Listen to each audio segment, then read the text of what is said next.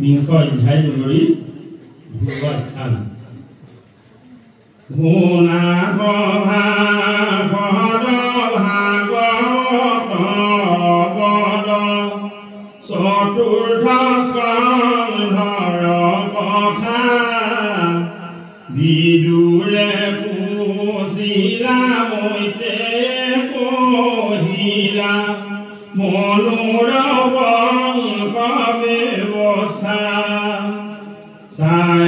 মনুৰ দুই পুত্ৰ হৈলা সকল গুণে বিশিষ্ট শ্ৰেষ্ঠ প্ৰিয় ব্ৰত ধৰ্মত নিৰত উতান পাদক নিষ্ঠ সিটো প্ৰিয় ব্ৰতে কুমাৰ কালতে বিষয় সুখ পথে যি তপোবনে গয়া নাৰদ কপায়া ৰহিলা বিষ্ণু কবজি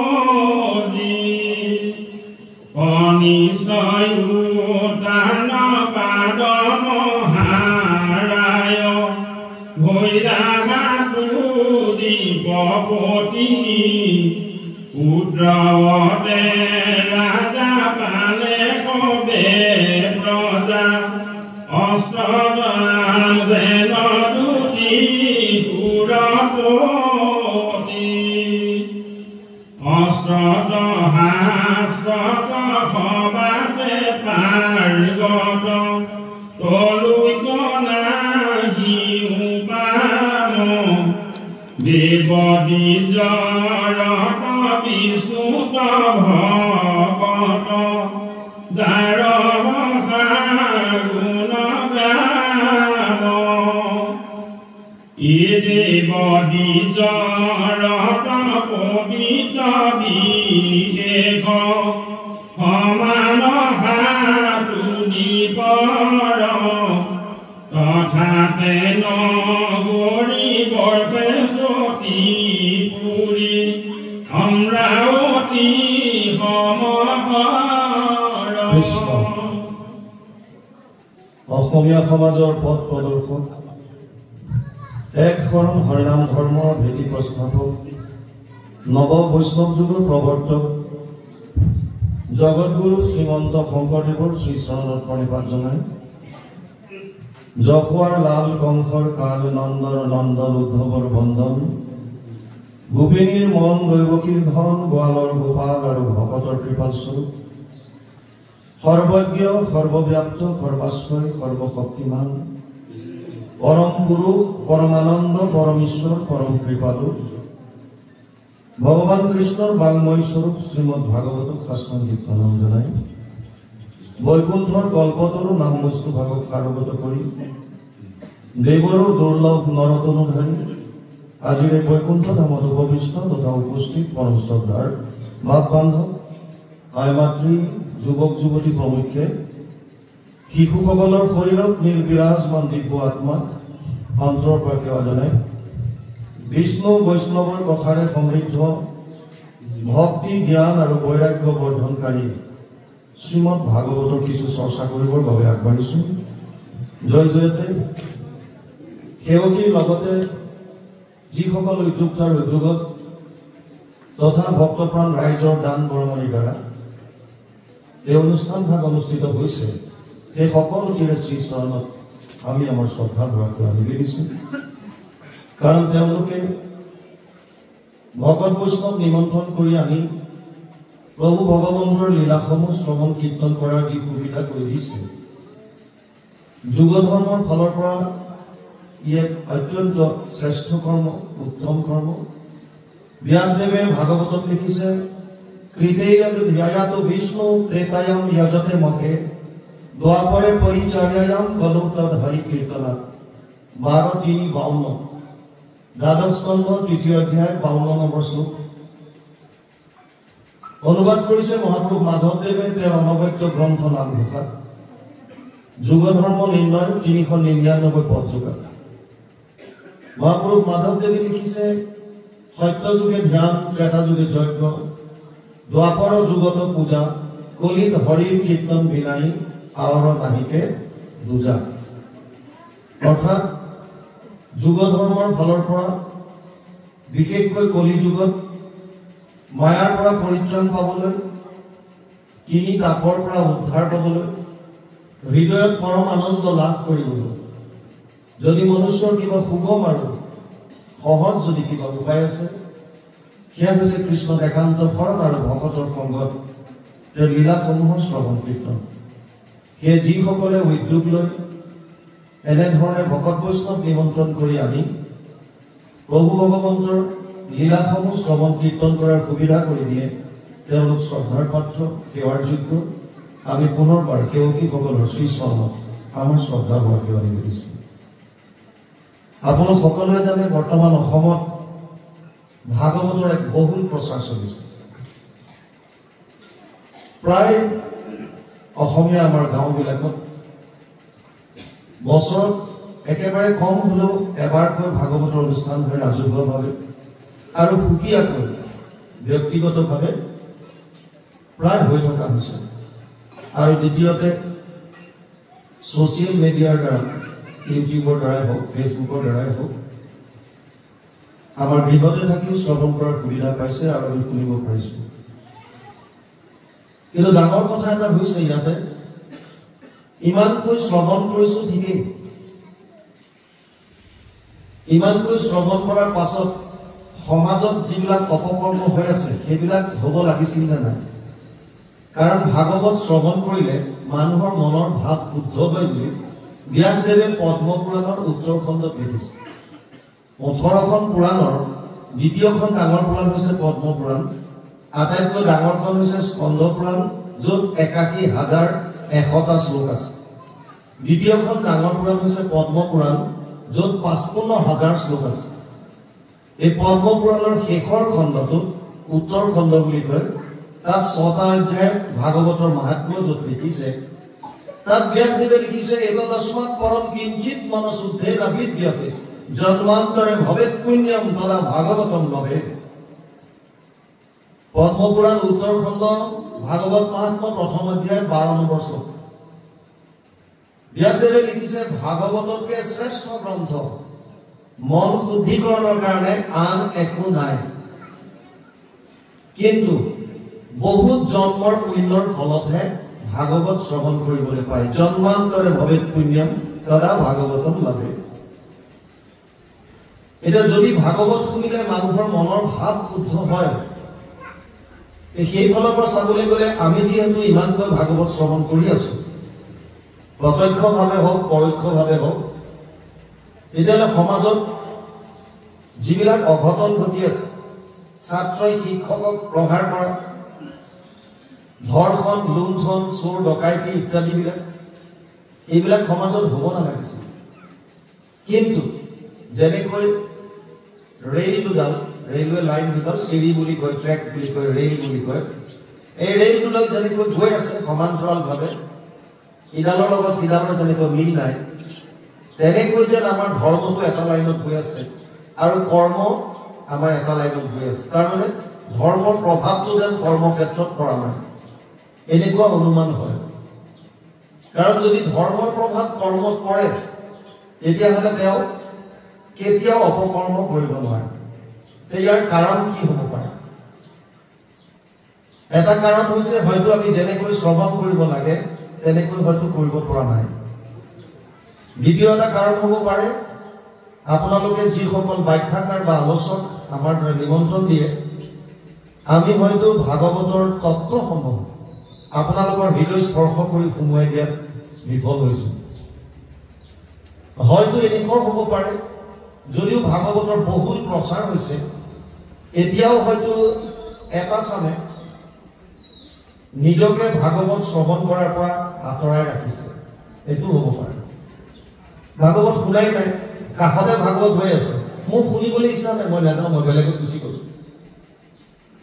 আৰু নহ'লে এনেকুৱা হ'ব পাৰে শুনাটো শুনিছোঁ বুজাটো বুজিছোঁ জনাটো চব জানো কিন্তু মানিবলৈ মন নাই যেনেকে শান্তিদূত হৈ ভগৱান কৃষ্ণ দুৰ্যোধনৰ তাত যাওঁতে দুৰ্যোধনক সুধিছিল যে দাদা দুৰ্যোধন ধৰ্ম কি তুমি জানানে নাই? দুৰ্যোধনে কৈছে জানামি ধৰ্মম নাচমে প্ৰবৃত্তি। অধৰ্ম কি জানা নাই? জানামি অধৰ্মম নাচমে নিবৃত্তি। কেনাপি দেবেনা হৃদিষ্ঠিতম যথা নিয়োজয়সি তথা কৰমি। মহাপুৰুষ মাধৱদেৱে এইটো শ্লোকৰ অনুবাদ কৰিছে ধৰ্মক জানহো মই তথাপি প্ৰবৃত্তি নাই, অধৰ্মত নিবৃত্তি নহয়। হৃদিষ্ঠিত হোৱা তুমি যেন কৰা বাহা স্বামী ঋষিকেশ কৰিব তেনে। পিছৰ মনত সুবিধা ল'লে প্ৰথমৰ কথাটো হৈছে ধৰ্মক জানো, কিন্তু মোৰ ধৰ্ম মানিবলৈ মন নাই। এনেকুৱা কোন আছে সংসাৰত যোনে গম নাপায় যে মই কৰিবলৈ যোৱা কামটো ভাল নে বেয়া? জীৱ হত্যা, বেলেগৰ অন্যায়, কাৰোবাৰ হিংসা, কাৰোবাৰ দ্বেষ, চবেই জানো যিটো বেয়া। কাৰোবাৰ মাটি ঠেলা, কাৰোবাক বেয়াকে গালি পৰা, কাৰোবাৰ পৰ চৰ্চা কৰা, বেলেগৰ বেয়াকে চৰ্চা কৰা, কোনে নাজানে এইবিলাক বেয়া কাম বুলি। কিন্তু আমি কৰি আহিছো। তাৰ মানে কি? ধৰ্মক জানো সময় তথাপি প্ৰবৃত্তি নাই। অধৰ্মবিলাক জানো, এইবিলাক অধৰ্ম, তাৰ পৰা ওলাই আহিবলৈ মন নাই। যদি আমি ভাগৱত শুনিবই লাগে, শুনিছো যদি আমি বুজি পোৱা নাই বা শুনি পেলাই যদি আমি একো ধৰিব পৰা নাই, তেতিয়া কেনেকৈ ভাগৱত শুনিলে আমি ভাগৱতৰ জ্ঞান পাম? গীতাত অৰ্জুনক কৈছে শ্ৰদ্ধাৱান লব্ধতে জ্ঞানম তৎপৰিশ্ৰম ইয়াতেন্দ্ৰিয় জ্ঞানম লব্ধ পৰম শান্তি অচিৰে নধিগচ্ছতি। ৪ৰ্থ অধ্যায় ৩৯ নম্বৰ শ্লোক গীতা। হে অৰ্জুন, যিজন শ্ৰদ্ধাৱান হ'ব সেইজনেহে জ্ঞান লাভ কৰিব পাৰিব। শ্ৰদ্ধা হ'বৰ কাৰণে আপোনাৰ বিষয়টোৰ প্ৰতি শ্ৰদ্ধা লাগিব। ভাগৱতৰ প্ৰতি শ্ৰদ্ধা, ভগৱানৰ প্ৰতি শ্ৰদ্ধা, গুৰুজনাৰ প্ৰতি শ্ৰদ্ধা। যদি মনত শ্ৰদ্ধা আহে তেতিয়াহ'লে আপোনালোকে একান্ত মনে একদম শ্ৰদ্ধা সহকাৰে শ্ৰৱণ কৰিব। শ্ৰদ্ধা কেতিয়া আহিব? যেতিয়া আমি ভাগৱতৰ মহাত্ম্যটো গম পাম। কি আছে ন ভাগৱতত? কিয় ইমান বহুল প্ৰচাৰ হৈছে ভাগৱত? আছে কি এনেকুৱা? কিয় বাৰে বাৰে শুনি থাকিলেও আকৌ শুনিবলৈ মন যায়? কাৰণটো কি? ব্যাসদেৱে লিখিছে পদ্ম পুৰাণৰ উত্তৰখণ্ড ভাগৱত মহাত্ম্য। যত্ৰ যত্ৰ ভাগৱতী বৰ্ত ভক্তি আদি কাম প্ৰজেত কথা শব্দম সমকৰ্ণম তত্ৰিকম তৰুণয়ে। পদ্ম পুৰাণ উত্তৰখণ্ড ভাগৱত মহাত্ম্য ৩য় অধ্যায় ৯ নম্বৰ শ্লোক। তাত লিখিছে য'ত য'ত ভাগৱতৰ কথা হয় তালৈ ৩টা বস্তুৰ আগমন ঘটে: ভক্তি, জ্ঞান আৰু বৈৰাগ্য। আৰু শ্ৰোতাৰ হৃদয়ত থিতাপি লয়। আপোনালোকৰ হৃদয়ত ইতিমধ্যে ভক্তি বস্তু, জ্ঞান বস্তু আৰু বৈৰাগ্যই থিতাপি ল'লে।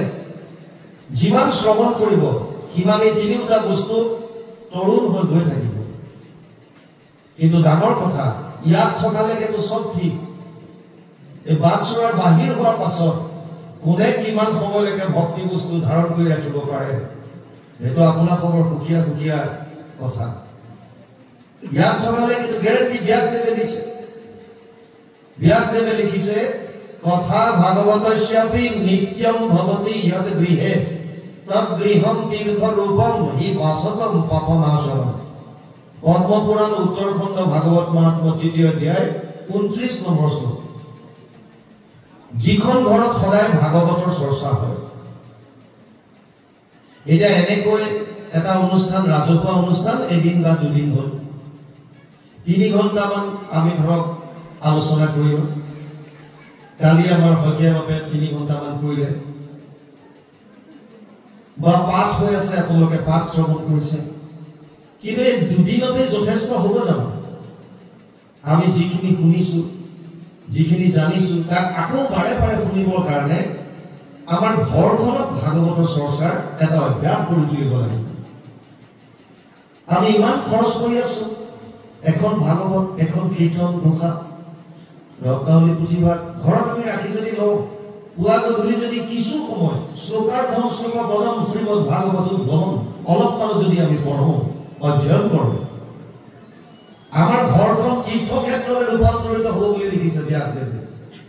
আৰু যদি আমাৰ ঘৰখন তীৰ্থক্ষেত্ৰলৈ ৰূপান্তৰিত হয়, যদি প্ৰভু ভগৱন্তৰ চৰ্চা নাম সদায় যদি আপোনাৰ ঘৰত উচ্চাৰিত হয়, ব্যাসদেৱে লিখিছে আপোনাৰ ঘৰত জানি বা অজানিতে হোৱা যিকোনো পাপ অবংশে নষ্ট হৈ যাব, ভস্ম হৈ যাব। কিমান সুবিধা কৰি দিছে। ভগৱান কৃষ্ণৰ বাংময় মূৰ্তি বুলি কোৱা হয়। তেনেও বাংময় মূৰ্তি প্ৰত্যক্ষ বৰ্ততে হৰি সেৱাত শ্ৰৱণাত পথত দৰ্শনাত পাপনাশী। পদ্মপুৰাণ উত্তৰখণ্ড ভাগৱত মহাত্ম ৩য় অধ্যায় ৬২ নম্বৰ শ্লোক। ইয়াত বাণী ৰূপে শব্দ ৰূপে প্ৰভু ভগৱন্ত বিৰাজমান হৈ আছে। কি হ'ব লাভ তেতিয়া? আমি যে শব্দবিলাক শুনো, ইয়াৰ যে কথাখিনি শুনো, আমাৰ লাভ কি? সাধাৰণ গ্ৰাম্য কথা যেতিয়া আমি শ্ৰৱণ কৰোঁ, আপোনাক যদি কোনোবাই কয় যে বাপ জনা আজি বৰ ভাল লাগিছে দেই, আপোনাৰ মনটো উৎফুল্লিত হৈ যায়। বাপ জনাক যদি কয় বাপ ৰে বাপ আপুনি বয়সটো কেনেকৈ ধৰি ৰাখিছে, আপোনাক এতিয়াও ডেকা ডেকা লাগে, আপোনাৰ ভাল লাগিলে। আইগৰাকীক যদি কয় আপোনাৰ কাপোৰযোৰ বৰ ধুনীয়া লাগিছে, আহিলে। আৰু যদি শুনিব নিবিচৰা ধৰণে কয়, তেতিয়া ক্ৰোধ উঠিব, বেয়া লাগিব, দুখ লাগিব। সাধাৰণ কথা শুনিলেও এই কথাবিলাকে আমাৰ কৰ্ণৰ ৰন্ধ্ৰই দি হৃদয়ত প্ৰৱেশ কৰি এটা ৰসায়নৰ সৃষ্টি কৰে। তাৰ ফলত যদি আমাৰ অনুকূল হয় আমি ভাল পাওঁ, যদি আমাৰ প্ৰতিকূল হয়, নিবিচৰা ধৰণে হয়, তেতিয়া আমাৰ দুখ লাগে বা ক্ৰোধ উঠে। সাধাৰণ গ্ৰাম্য কথায়ো আমাৰ যদি শৰীৰত আমাৰ দেহ মন প্ৰভাৱিত যদি কৰিব পাৰে, তেতিয়াহ'লে কৃষ্ণময় শব্দ যেতিয়া আমাৰ কৰ্ণৰ ৰন্ধ্ৰই দি ভিতৰত প্ৰৱেশ কৰিব, কিয় নোৱাৰিব? মহাপুৰুষ মাধৱদেৱে লিখিছে, কি হ'ব? কৰ্ণপথে ভকতৰ হিয়াত প্ৰৱেশী হৰি দুৰ্বাসনা হৰে সমস্তই জলৰ যতেক মল যেহেন শৰৎকালে স্বভাৱতে নিৰ্মল কৰে। এই শব্দবিলাক প্ৰভু ভগৱন্তৰ শব্দৰূপী কৃষ্ণৰূপী শব্দবিলাক কৰ্ণপথে যেতিয়া হৃদয়ত প্ৰৱেশ কৰিব, আমাৰ হৃদয়খনৰ যিমানবিলাক মলিনতা আছে, কলুষতা আছে, দুৰ্বাসনা আছে, এইখিনি আঁতৰাই দিব আৰু হৃদয়খন পবিত্ৰ হ'ব। আৰু পবিত্ৰ হৃদয় হ'লে আপুনি বাহিৰত ভগৱানক বিচাৰি ফুৰিবৰ প্ৰয়োজন নাই। দেৱৰ ঈশ্বৰ হৰিতান্ত মহাযত্ন কৰি লৈও এক শৰণ সাক্ষাৎ, যাৰ ইচ্ছা মুখ্য পাইবে নালাগে দূৰত যাইবে, আছে হৰি সবাৰো ইয়াত। ইয়াতে আছে, আমি দেখা পাওঁ, পৰম আনন্দ উপলব্ধি কৰিব পাৰিব। ভাগৱতৰ আৰু এটা মহাত্মা আছে, সমস্ত শাস্ত্ৰৰ সাৰ আছে ইয়াত। আমাৰ সনাতন ধৰ্মৰ মূল হৈছে বেদ। বেদ কোনো লিখা নাই, অপৰুষেয়। সনাতন বুলি কয় বেদত। জগত সংহৰি সুধি আছে নাৰায়ণ, প্ৰথম নিশ্বাসে বাস হৈলা বেদগণ। কীৰ্তনত লিখা আছে, প্ৰভু ভগৱন্তৰ নিশ্বাসত বাস হোৱা বেদ ব্যাসদেৱে বিস্তাৰ কৰিছে 4খনলৈ। ঋক সাম যজুৰ অথৰ্বৈক্য চতুৰ্বেদ ঊৰ্ধ্বতে, ভাৰত পুৰাণম চ পঞ্চম বেদ উচ্যতে। 1:4:20 প্ৰথম স্কন্ধ 4ৰ্থ অধ্যায় 20 নম্বৰ শ্লোক ভাগৱত। ঋকবেদ, সামবেদ, যজুৰ্বেদ, অথৰ্ববেদ 4খন বেদলৈ বিস্তাৰ কৰিলে। যদিও 4খন বেদ বুলি কোৱা হয়, ব্যাসদেৱে কৈছে মহাভাৰত আৰু ভাগৱত পঞ্চম বেদ বুলি ঘোষণা কৰিছে। কেনেকুৱা মাহাত্ম্য হ'ব লাগে? ভাগৱত বেদান্তৰ সাৰ বুলি কোৱা হয়। বেদৰ 4টা ভাগ আছে, সংহিতা, ব্ৰাহ্মণ্য, আৰণ্যক আৰু শেষৰ পাৰ্টত বেদান্ত বুলি কয়, য'ত উপনিষদবিলাক আছে। বেদৰ সাৰ মৰ্মবিলাক এই বেদান্ত বা উপনিষদত আছে। যিজন ব্যাসদেৱে বেদান্তৰ বিস্তাৰ কৰিছে, তেওঁই লিখিছে ভাগৱতত, সৰ্ব বেদান্ত সাৰম হি শ্ৰী ভাগৱতম ইষ্যতে য়স্য ৰসামৃত তৃপ্তস্য নানন্যত্ৰ ৰতি ক্বচিৎ।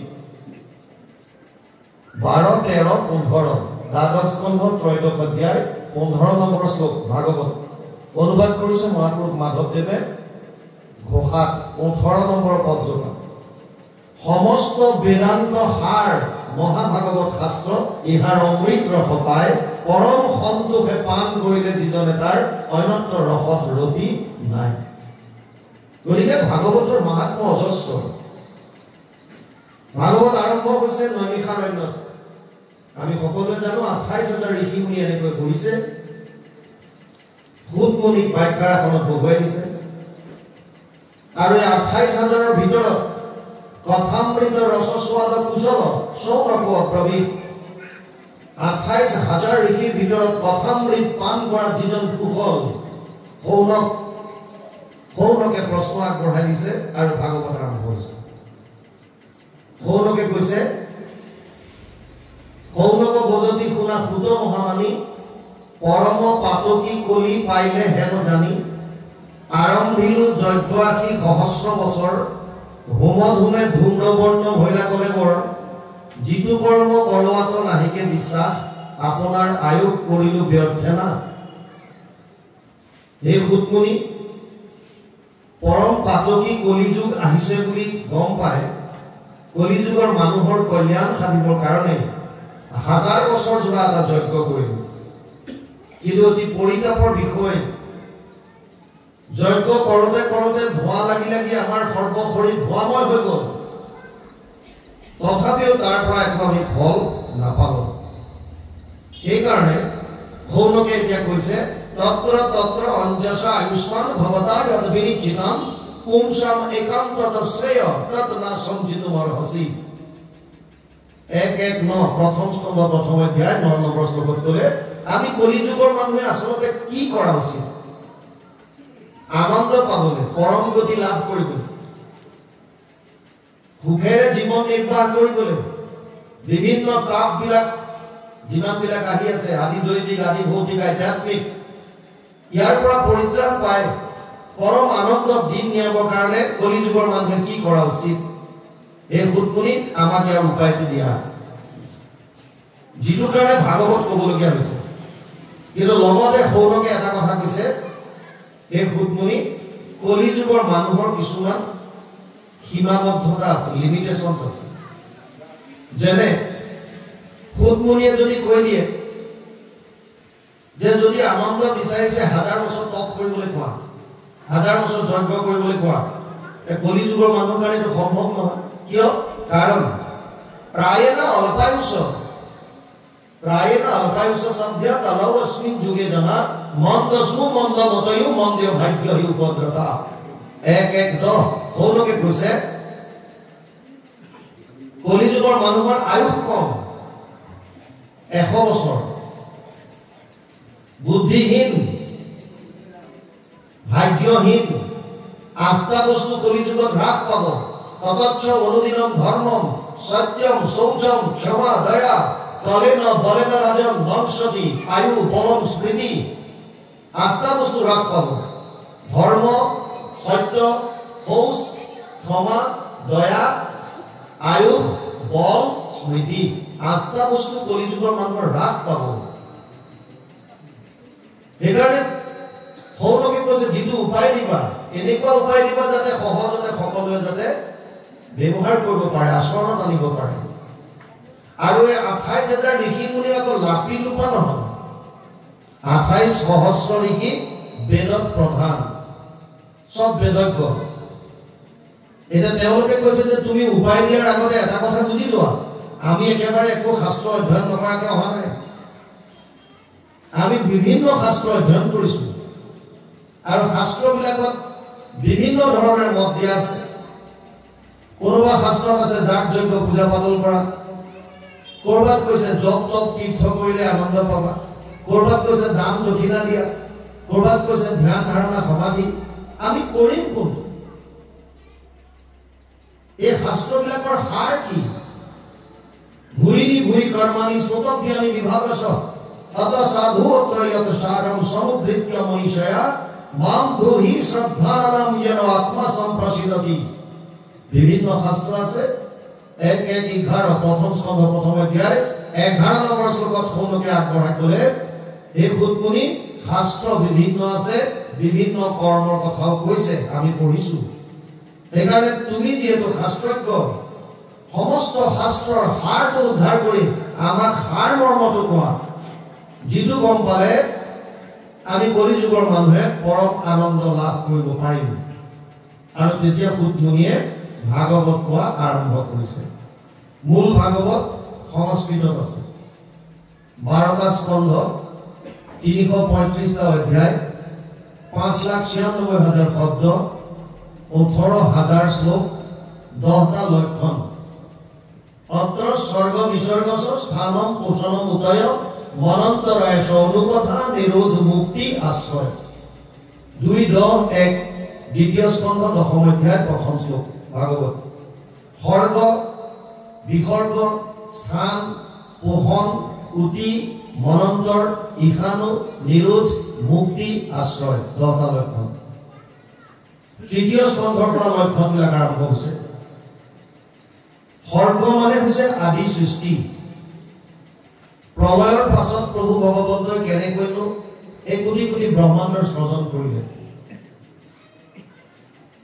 তাক তৃতীয় স্কন্ধত পাব চতুৰ্থ স্কন্ধৰ লক্ষণ হৈছে বিসৰ্গ ব্ৰহ্মা আদিৰ দ্বাৰা এই সৃষ্টিৰ বিকাশ বা বিস্তাৰ কেনেকৈ হ'ল সেকেন্ডাৰী সৃষ্টি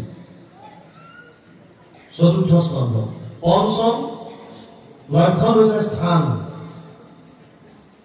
ভূগোল বিভিন্ন স্থানৰ বিষয়ে আৰু খগোল গ্ৰহ নক্ষত্ৰৰ বিষয়ে জানিবৰ কাৰণে পঞ্চম স্কন্ধ অধ্যয়ন কৰিব লাগিব ষষ্ঠ স্কন্ধ লক্ষণ পোষণ প্ৰভু ভগৱন্তই জীৱবিলাকক কেনেকৈ পোষণ কৰে অজামিল উপাখ্যান বৃন্দাসুৰ বধ চিত্ৰকেতু উপাখ্যান ইত্যাদি কাহিনীৰ দ্বাৰা সুন্দৰভাৱে বৰ্ণনা কৰিছে সপ্তম স্কন্ধ লক্ষণ হৈছে উতি উতি মানে বাসনা তিনি ধৰণৰ বাসনা আছে এবিধ হৈছে দৈবিক বাসনা এবিধ হৈছে আসুৰিক বাসনা এবিধ হৈছে মানৱীয় বাসনা দৈবিক বাসনাৰ কথা ক'বলৈ গৈ প্ৰহ্লাদ চৰিত্ৰ আহিছে আসুৰিক বাসনাৰ কথা ক'বলৈ গৈ হিৰণ্যকশিপু আৰু হিৰণ্যকৰ কথা আহিছে আৰু মানৱীয় বাসনাৰ কথা ক'বলৈ গৈ বৰ্ণাশ্ৰম ধৰ্মৰ কথা আনিছে সংস্কৃত ভাগৱতত কিন্তু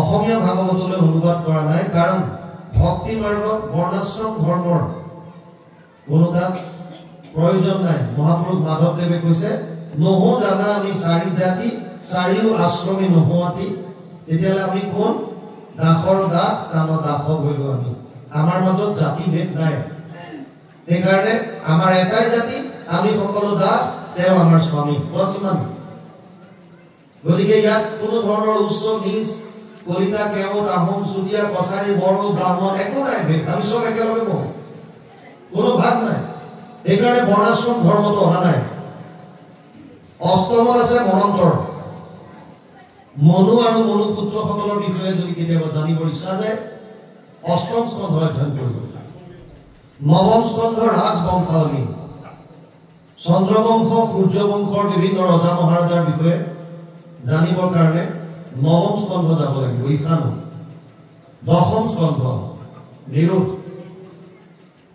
প্ৰলয়ৰ সময়ত প্ৰভু ভগৱন্তৰ উদৰত এই সমস্ত জীৱ তেওঁৰ উদৰত নিৰোধ কৰি ৰখা হয় প্ৰভু ভগৱন্তৰ জন্মৰ পৰা বিভিন্ন লীলা দশম স্কন্ধত বৰ্ণনা কৰিছে মূল সংস্কৃত ভাগৱতৰ 335টা অধ্যায়ৰ 90টা অধ্যায় আছে দশমত আটাইতকৈ ডাঙৰ এইকাৰণে ইয়াত 3টা ভাগ কৰিছে আদি সোৱা মধ্য সোৱা শেষ সোৱা একাদশ স্কন্ধ লক্ষণ হৈছে মুক্তি আৰু দ্বাদশ স্কন্ধ লক্ষণ হৈছে আশ্ৰয় আশ্ৰয় মানে শৰণ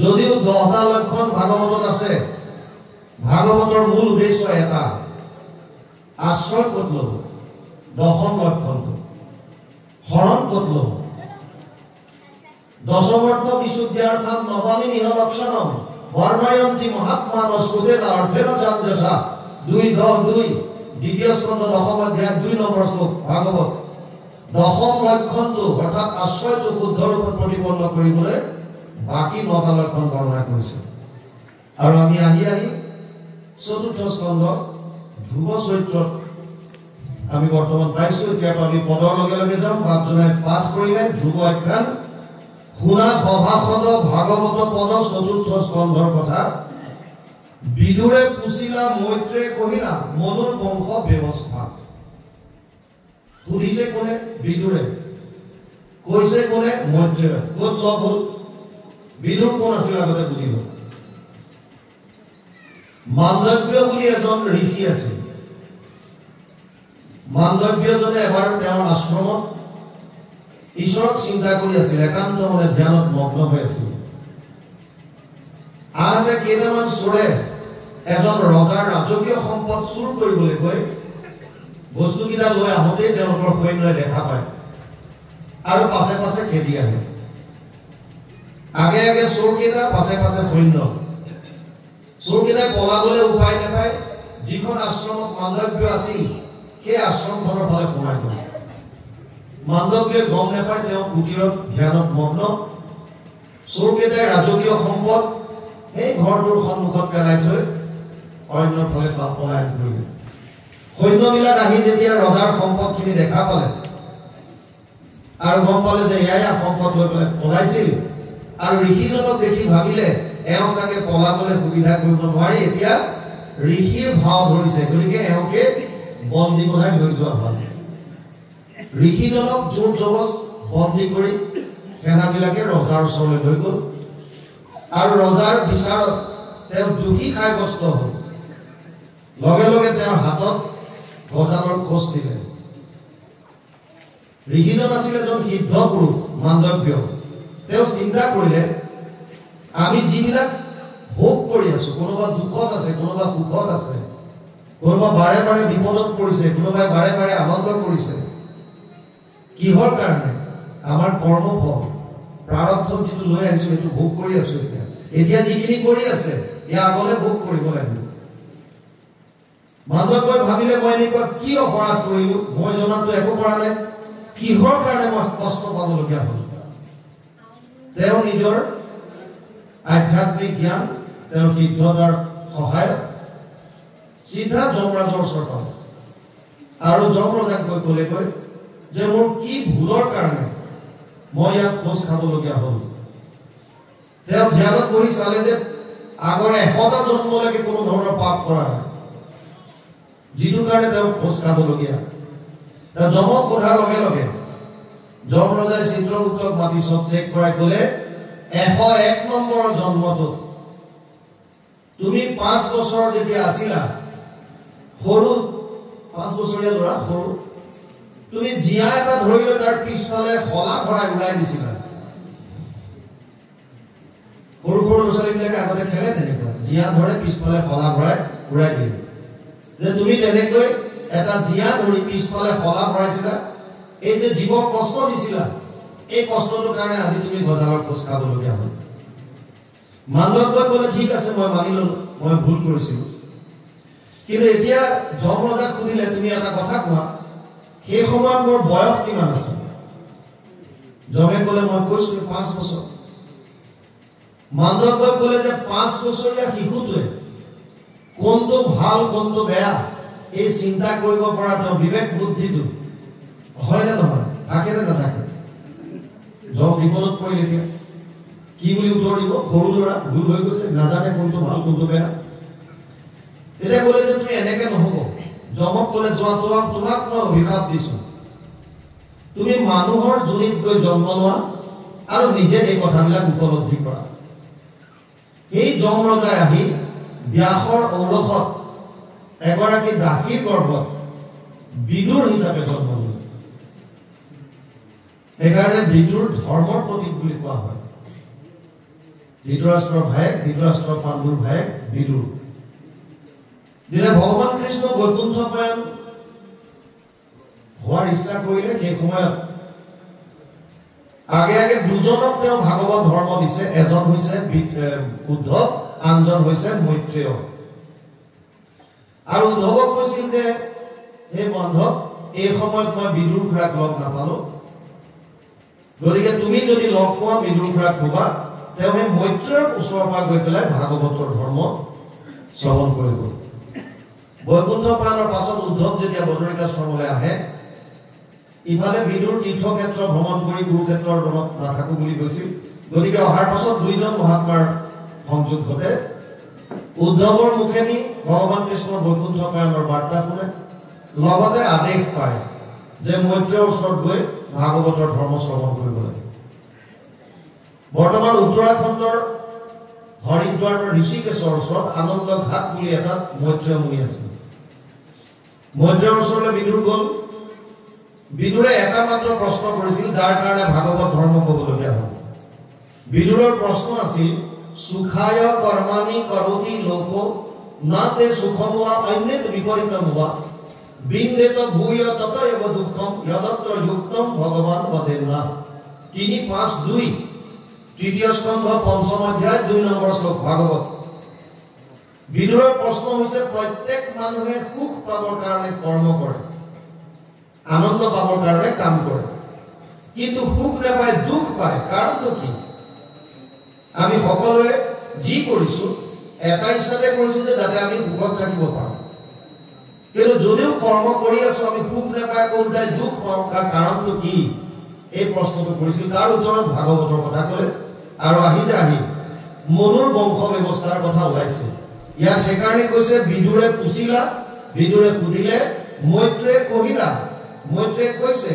মনুৰ বংশ ব্যৱস্থা কোনজন মনু প্ৰথম মনুৰ কথা কৈছে স্বয়ম্ভুৱ মনুৰ 2 পুত্ৰ বৈলা সকলো গুণে বিশিষ্ট শ্ৰেষ্ঠ প্ৰিয়বত ধৰ্মত নিৰত উত্তান পাত কনিষ্ঠ ব্ৰহ্মাই যেতিয়া সৃষ্টি কাৰ্য কৰিবৰ কাৰণে প্ৰথমতে 4 সিদ্ধৰ সজন কৰিলে আপোনালোকে সকলোৱে জানে তেওঁলোকক যেতিয়া সৃষ্টি কাৰ্য বৰ্ধন কৰিবৰ কাৰণে ক'লে তেওঁলোকে ক'লে যে হে পিতৃদেৱ আমাক ক্ষমা কৰিবা আমি ব্ৰহ্মচৰ্য ব্ৰত ধাৰণ কৰি প্ৰভু ভগৱন্তৰ একান্ত চিন্তন কৰি জীৱন পাৰ কৰিব বিচাৰিছো এই সৃষ্টিৰ ঝামেলাত আমি নকমাও লগে লগে ব্ৰহ্মাদেৱৰ ক্ৰোধ উঠে আৰু ক্ৰোধ উঠোতে তেওঁৰ এই ভ্ৰুৰ মধ্যৰ পৰা এটি সন্তান জন্ম হয় আৰু ৰোদন কৰিবলৈ ধৰে ৰোদন মানে কান্দিবলৈ ধৰে ৰোদন কৰিবলৈ ধৰাৰ কাৰণে তেওঁৰ নাম থলে ৰুদ্ৰ এই ৰুদ্ৰক আৰু দিলে 11টা নাম আৰু সৃষ্টি কৰিবলৈ আদেশ দিলে লগে লগে ৰুদ্ৰই সৃষ্টি কৰিলে যক্ষ ৰক্ষ পিশাচ বিভিন্ন এনেকুৱা জন্তু যাৰ কোনো ধৰণৰ ইউনিফৰ্মিটি নাই কাৰোবাৰ যদি 1000টা চকু আছে কাৰোবাৰ এটাও নাই কাৰোবাৰ যদি অজস্ৰ হাত আছে কাৰোবাৰ হস্তহীন বিভিন্ন ধৰণৰ আৰু সব ভয়ানক ইটোৱে কিন্তু খাবলৈ খেলি আহিছে লগে লগে ব্ৰহ্মাই ক'লে তোমাৰ সৃষ্টি কাৰ্য বন্ধ কৰা আৰু তুমি তপস্যা কৰিব যোৱা পিছত তেওঁ সংকল্প কৰি আকৌ ঋষিৰ সৃষ্টি কৰিলে তেতিয়াও সৃষ্টি বৃদ্ধি হোৱা নাই তেতিয়ালৈকে মানসিক সৃষ্টি হৈ আছে সংকল্পৰ দ্বাৰা যেতিয়া তেওঁ নিজৰ শৰীৰৰে 2টা ভাগ কৰি স্বয়ংভূৱ মনু আৰু শতৰূপাৰ সৃষ্টি কৰিলে প্ৰথম মানুহ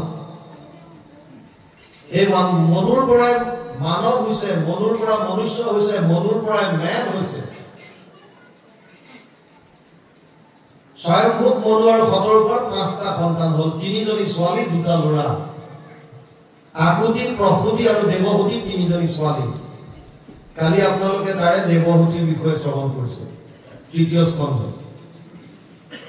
ল'ৰা হ'ল 2টা ডাঙৰটোৰ নাম প্ৰিয়ব্ৰত শ্ৰেষ্ঠ প্ৰিয়মত ধৰ্মত নিৰত উত্তান পাত কনিষ্ঠ সৰুজনৰ নাম উত্তান পাত আমি কাহিনী আকাৰে গৈ থাকিম আৰু কাহিনীৰ মাজত থকা আধ্যাত্মিক কথাখিনি অকমান চিন্তা কৰি যাম উত্তান পাত মানে কাৰ কথা কৈছে উত্তান মানে ওপৰলৈ পাত মানে চৰণ ভৰি দুটা ওপৰলৈ যাৰ থাকে সেইবিলাকে হৈছে উত্তান পাত এটা ওপৰলৈ ভৰি কাৰ থাকে আইসকলে জানিব লাগে গৰ্ভত যেতিয়া সন্তান থাকে তেতিয়া গৰ্ভৰ সন্তানটো প্ৰসৱৰ সময়তো আপোনালোকে গম পায় সদায় মূৰটো তললৈ হৈ ওলাই শিৰগিটা ভৰিগিটা সদায় ওপৰলৈ থাকে তাৰ মানে ইয়াত আমাৰ বিলাকৰ কথা হ'ব ইয়াত যিটো কাহিনী দিছে আমাৰ কথা ক'ব উত্তান পাত আমি সকলো পুৰুষ মহিলা নিৰ্বিশেষে আমি সকলো উত্তান পাত কেনেকুৱা আছিল প্ৰথমতে প্ৰিয়ব্ৰতক সাইড কৰিছে ইয়াত সিটো প্ৰিয়ব্ৰতে কুমাৰ কালতে বিষয় সুখক তেজি তপোবনে গয়া নাৰদক পায়া ৰহিলা বিষ্ণু ভোজি ডাঙৰজন ল'ৰা প্ৰিয়ব্ৰত কুমাৰ কালতে বনলৈ গ'ল আৰু নাৰদক গুৰু মানি প্ৰভু ভগৱন্তৰ সেৱাত ব্ৰতী হৈ থাকিল পঞ্চমত পুনৰ তেওঁ ঘূৰাই আনিব ইয়াত কৈছে কনিষ্ঠ উত্তম পাদ মহাৰায় ভৈলা সাতুলিপতি পুত্ৰবতে ৰাজা পালে সবে প্ৰজা যেন দুটি গুণপতি দ্বিতীয় ইন্দ্ৰৰ দৰে 7খন দ্বীপৰ অধিপতি হৈ ৰজা হৈ সমস্ত প্ৰজাক সুন্দৰভাৱে পালন কৰিছিল ৰস ৰক্ত মেদ মজ্জা মাংস অস্থি আৰু শুক্ৰ বা বীৰ্য 7 ধাতুৰ দ্বাৰা আমাৰ শৰীৰটো তৈয়াৰী গতিকে ইয়াৰ অধিপতি হৈছে কোন উত্তানপাত জীৱ আহি থিতাপি ল'লে ক'ত এই শৰীৰত জীৱ আহি পেলাই থিতাপি ক'ত ল'লে এই শৰীৰত শৰীৰটো আৰু জীৱটো কেনেকুৱা উত্তানপাত কেনেকুৱা অস্ত্ৰত শাস্ত্ৰত সবাদে পাৰ্গত ত্ৰৈলোক্যে নাহি উপাম দেৱ দ্বিজ ৰত বিষ্ণুত ভগত যাৰ মহাগুণগ্ৰাম আত্মা অস্ত্ৰত শাস্ত্ৰত সকলোতে পাৰ্গত ইয়াৰ উত্তানপাত বুলি কৈছে ৰজাজন কিহৰ কাৰণে অস্ত্ৰত শাস্ত্ৰত পাৰ্গত উত্তানপাত যদি উত্তানপাত আমি আমাৰ নিজৰ আত্মাটো বুলি ভাবো জীৱটো বুলি ভাবো এই জীৱ কাৰ অংশ বাবে বংশ জীৱলোকে জীৱভূত সনাতন পঞ্চদশ অধ্যায় 7 নম্বৰ শ্লোক গীতা অৰ্জুনক কৈছে হে অৰ্জুন যিমান জীৱ আছে মোৰ অংশ ভগৱানৰ অংশ যদি জীৱ হয় তেতিয়াহ'লে ভগৱানটো সৰ্বজ্ঞ সৰ্বব্যাপ্ত সৰ্বশক্তিমান সৰ্বাশ্ৰয়ী যে জীৱবিলাকো তেওঁৰ অংশ যেতিয়া কিবা এটা গুণটো থাকিব লাগিব আত্মাটো ই এটা শুদ্ধ পবিত্ৰ পিউৰিটি ই শান্ত ভাৱ একদম শান্তত থাকি ভাল পায় পিসফুলনেস ই অতি শক্তিমান আত্মাৰ শক্তি আমি উপলব্ধি কৰিব নোৱাৰো ই অতি জ্ঞানৱন্ত নলেজেবল ই প্ৰেম ভাল পায় আত্মাই ই আনন্দত থাকি ভাল পায় অতি আনন্দত থাকি ভাল পায় আৰু সততাটো বিচাৰে সদায় সত্য আনকি আপোনালোকে জানি আচৰিত হ'ব চোৰে 3টা চোৰে চুৰ কৰি আনিছে ধৰক অনাৰ পাছত কয় যে সমানে সমানে ভগাবিলি বস্তু খেলি মেলি নকৰিব কিয় আনিছে চুৰ কৰি কিন্তু তথাপিও সততা মনত আছে যে ভাই 3 ভাগ সমানে সমানে কৰিবি 3টা গৈছে সততা সবৰে আছে ভিতৰত বাহ্যিকভাৱে যোনে যেনিবা নকৰক কিয় কোনো কোনো সময়ত সততাটো উজাগৰ হয় আহি যায় সত্যত থাকিবলৈ ভাল পায় গতিকে এই উত্তানপাত অস্ত্ৰত শাস্ত্ৰত সকলোতে পাৰ্গত দেৱ নিজৰত বিষ্ণু ভগত জীৱই মাকৰ গৰ্ভত থাকোতে ভগৱানৰ চৰণত শৰণ লয় গৰ্ভত থাকোতে বহু অপি মায়া দৃষ্টা ইউনি দাৰম পৃথক পৃথক গৰ্ভবাস মহাদুঃখ ত্ৰাহিমাম মধুসূদন হে প্ৰভু মই তোমাৰ চৰণত শৰণ ললো বিভিন্ন মাতৃ গৰ্ভত সোমাই সোমাই এই অকণমান গৰ্ভাশয়টোত কত যে কষ্ট ভোগ খাইছো প্ৰভু মই তোমাৰ চৰণত শৰণ ললো গৰ্ভত থাকোতে শৰণ হৈ গল এবাৰ এজনে বৰ সুন্দৰ কথা এটা কৈছিল নাম ঘোষা ভাগ ভজনৰ পৰা আৰম্ভ হৈছে মুক্তিটো নিস্পৃহা যেটো ভজনৰ পৰা এজনে কৈছিল যে ঘোষা ভাগটো গুৰুজনাই এখন হৰিনাম ধৰ্ম শৰণৰ পৰা হ'ব লাগে তে ভজনত কিয় ধৰিলে নাই এতিয়া এজন ৰফিকে কৈছে ভক্তই কৈছে ও ভাই ও বা ও জীৱই দেখোন গৰ্ভত থাকোতে শৰণ ললেহে গতিকে আকৌ শৰণ কি আৰু শৰণটো আছে তাৰ পিছত একাৰণে ভজনৰ পৰা ধৰা হৈছে ই একদম সত্য জীৱই আমাৰ গৰ্ভত থাকোতে শৰণ হয় কিন্তু আমি ওলাই যেতিয়া প্ৰসৱ হয় জন্ম হয় তাৰ লগে লগে মায়াই হেঁচা মাৰি ধৰে আৰু মায়াৰ পৰ্দাখনৰ কাৰণে আমাৰ সমস্ত স্মৃতি বিলুপ্ত হৈ যায় আকৌ আমি একে হৈ যাওঁ নহলে গৰ্ভত থাকোতে কিমান কষ্ট আইসকলৰ গৰ্ভত থাকোতে শৰণ হৈ যায় 10 মাহ 10 দিন আপোনালোকে যি গ্ৰহণ কৰে 5 মাহলৈকে গৰ্ভত থকা সন্তানটোৰ চৰ্ম নহয় ছালডাল নাহে 5 মাহৰ পৰা চৰ্ম আৰম্ভ হয় আপোনালোকে যি খায় ৰস হিচাপে গৈ নাৰীৰ দ্বাৰা এই শিশুটোৰ শৰীৰত পৰে আৰু চিঞৰি উঠে আপোনালোকে যি গৰ্ভত থকাৰ সময়ত যেনেকুৱা আপোনালোকে জ্ঞানেন্দ্ৰিয়ৰ দ্বাৰা জ্ঞান আহৰণ কৰে এই সমস্ত জ্ঞান গৰ্ভত থকা শিশুটোৱে পায় ইয়াৰ উদাহৰণ প্ৰহ্লাদ ইয়াৰ উদাহৰণ অভিমন্যু ইয়াৰ উদাহৰণ অষ্টবক্ৰ ঋষি গৰ্ভত থাকোঁতে পায়। সেইকাৰণে গৰ্ভৱতী মহিলাই বিশেষকৈ সেই দিনকেইটা কেনেকৈ থাকিব, কেনেকুৱা খাদ্য খাব, তেওঁৰ দিনচৰ্যা কেনেকুৱা হ'ব, এই কথাকেইটা আগতে ভকতৰ পৰা বুজি লোৱাটো আত্যন্তিক প্ৰয়োজনীয় কথা, অতি জানিবলগীয়া কথা। সৃষ্টি কাৰ্য এনেই কৰিলে নহ'ব। ৰুদ্ৰৰ দৰে যাক সৃষ্টি কৰিবলৈ দিছিল, যক্ষ ৰক্ষ পিশাচৰ জন্ম দিলে, লগে লগে বন্ধ কৰি দিলে, আৰে নহ'ব এনেকৈ। কিয়? আগতে ভকতৰ সংগ লোৱা, আগতে শ্ৰমণ কৰা। টিভিত খালি শাহু বোৱাৰী যদি চিৰিয়েল চাই থাকে, গিৰিয়েক ঘৈণীয়েকৰ সন্দেহা সন্দেহী চাই থাকে, দুটাৰ মাজত ফাইটিং চাই থাকে, এতিয়া কি হ'ব সন্তান? এইকেইটা দিনত সৃষ্টি কাৰ্যত আগবাঢ়িবলৈ যোৱাৰ প্ৰাক মুহূৰ্তত আইসকলক হাতযোৰ কৰি মই অনুৰোধ কৰিছোঁ, যিসকলে এতিয়াও আছে দিন, তেওঁলোকে জন্ম দিয়াৰ বাবে আগবাঢ়িব, তেওঁলোকে বিশেষকৈ চিন্তা কৰিব যে সেইকেইটা দিনত বিশেষভাৱে ভকতৰ মুখৰ পৰা যিমান পাৰে ভাল ভাল কথা শ্ৰৱণ কৰক। আৰু এটা কথা মনত খালি ৰাখিব, মই যি খাদ্য খাইছোঁ, যি মই জ্ঞানেন্দ্ৰিয়ৰ দ্বাৰা গ্ৰহণ কৰিছোঁ, মোৰ সন্তানটোৱে চব পাই আছে। বছ এই কথাটো মনত ৰাখিব। এই কথাখিনি মনত ৰাখিলে আপুনি যিমান জ্ঞানৰ বিষয়ে অধ্যয়ন কৰিব, যিমান ভকতৰ লাইন কথা পাতিব, সম্পূৰ্ণ আপোনাৰ শিশুটোৰ প্ৰভাৱ পৰিব। জীৱবিলাক অস্ত্ৰত শাস্ত্ৰত সবাতে পাৰ্বত, ত্ৰৈলোক্যে নাহি উপাম। কেনেকুৱা? দেৱ নিজৰত পবিত্ৰ বিশেষ সমান সাতদীপৰ। এটা লাইন ভাবিল নেকি? দেৱ নিজৰত পবিত্ৰ বিশেষ সমান সাতদীপৰ, তথাতে নগৰী বৰ্ষেশ্বতী পুৰী অমৰাৱতী সমকৰ। ইয়াত কৈছে দেৱ নিজৰত বিষ্ণুত ভকত যাৰ মহাগুণগ্ৰামী। দেৱ নিজৰত আত্মাটো কেনেকুৱা, জীৱটো কেনেকুৱা? দেৱৰ প্ৰতি, বিষ্ণুৰ প্ৰতি মূলতঃ শৰণ লয়, বিষ্ণু ভকত। আৰু যিসকল ভকত, ইয়াত বীজ বুলি কৈছে, দ্বিতীয় জন্ম যোনে পালে, অৰ্থাৎ ঈশ্বৰত শৰণাগতি যিসকল হ'ল, সদায় তেওঁলোকৰ প্ৰতি অনুৰোধ হৈ থাকে, ভকতক কেনেকৈ লগ পাব, ভকতৰ প্ৰতি। গতিকে এইটো হৈছে জীৱৰ নাম উদ্যান পালৰ তেনেকুৱা ধৰণৰ ধৰ্মত নীৰৱ।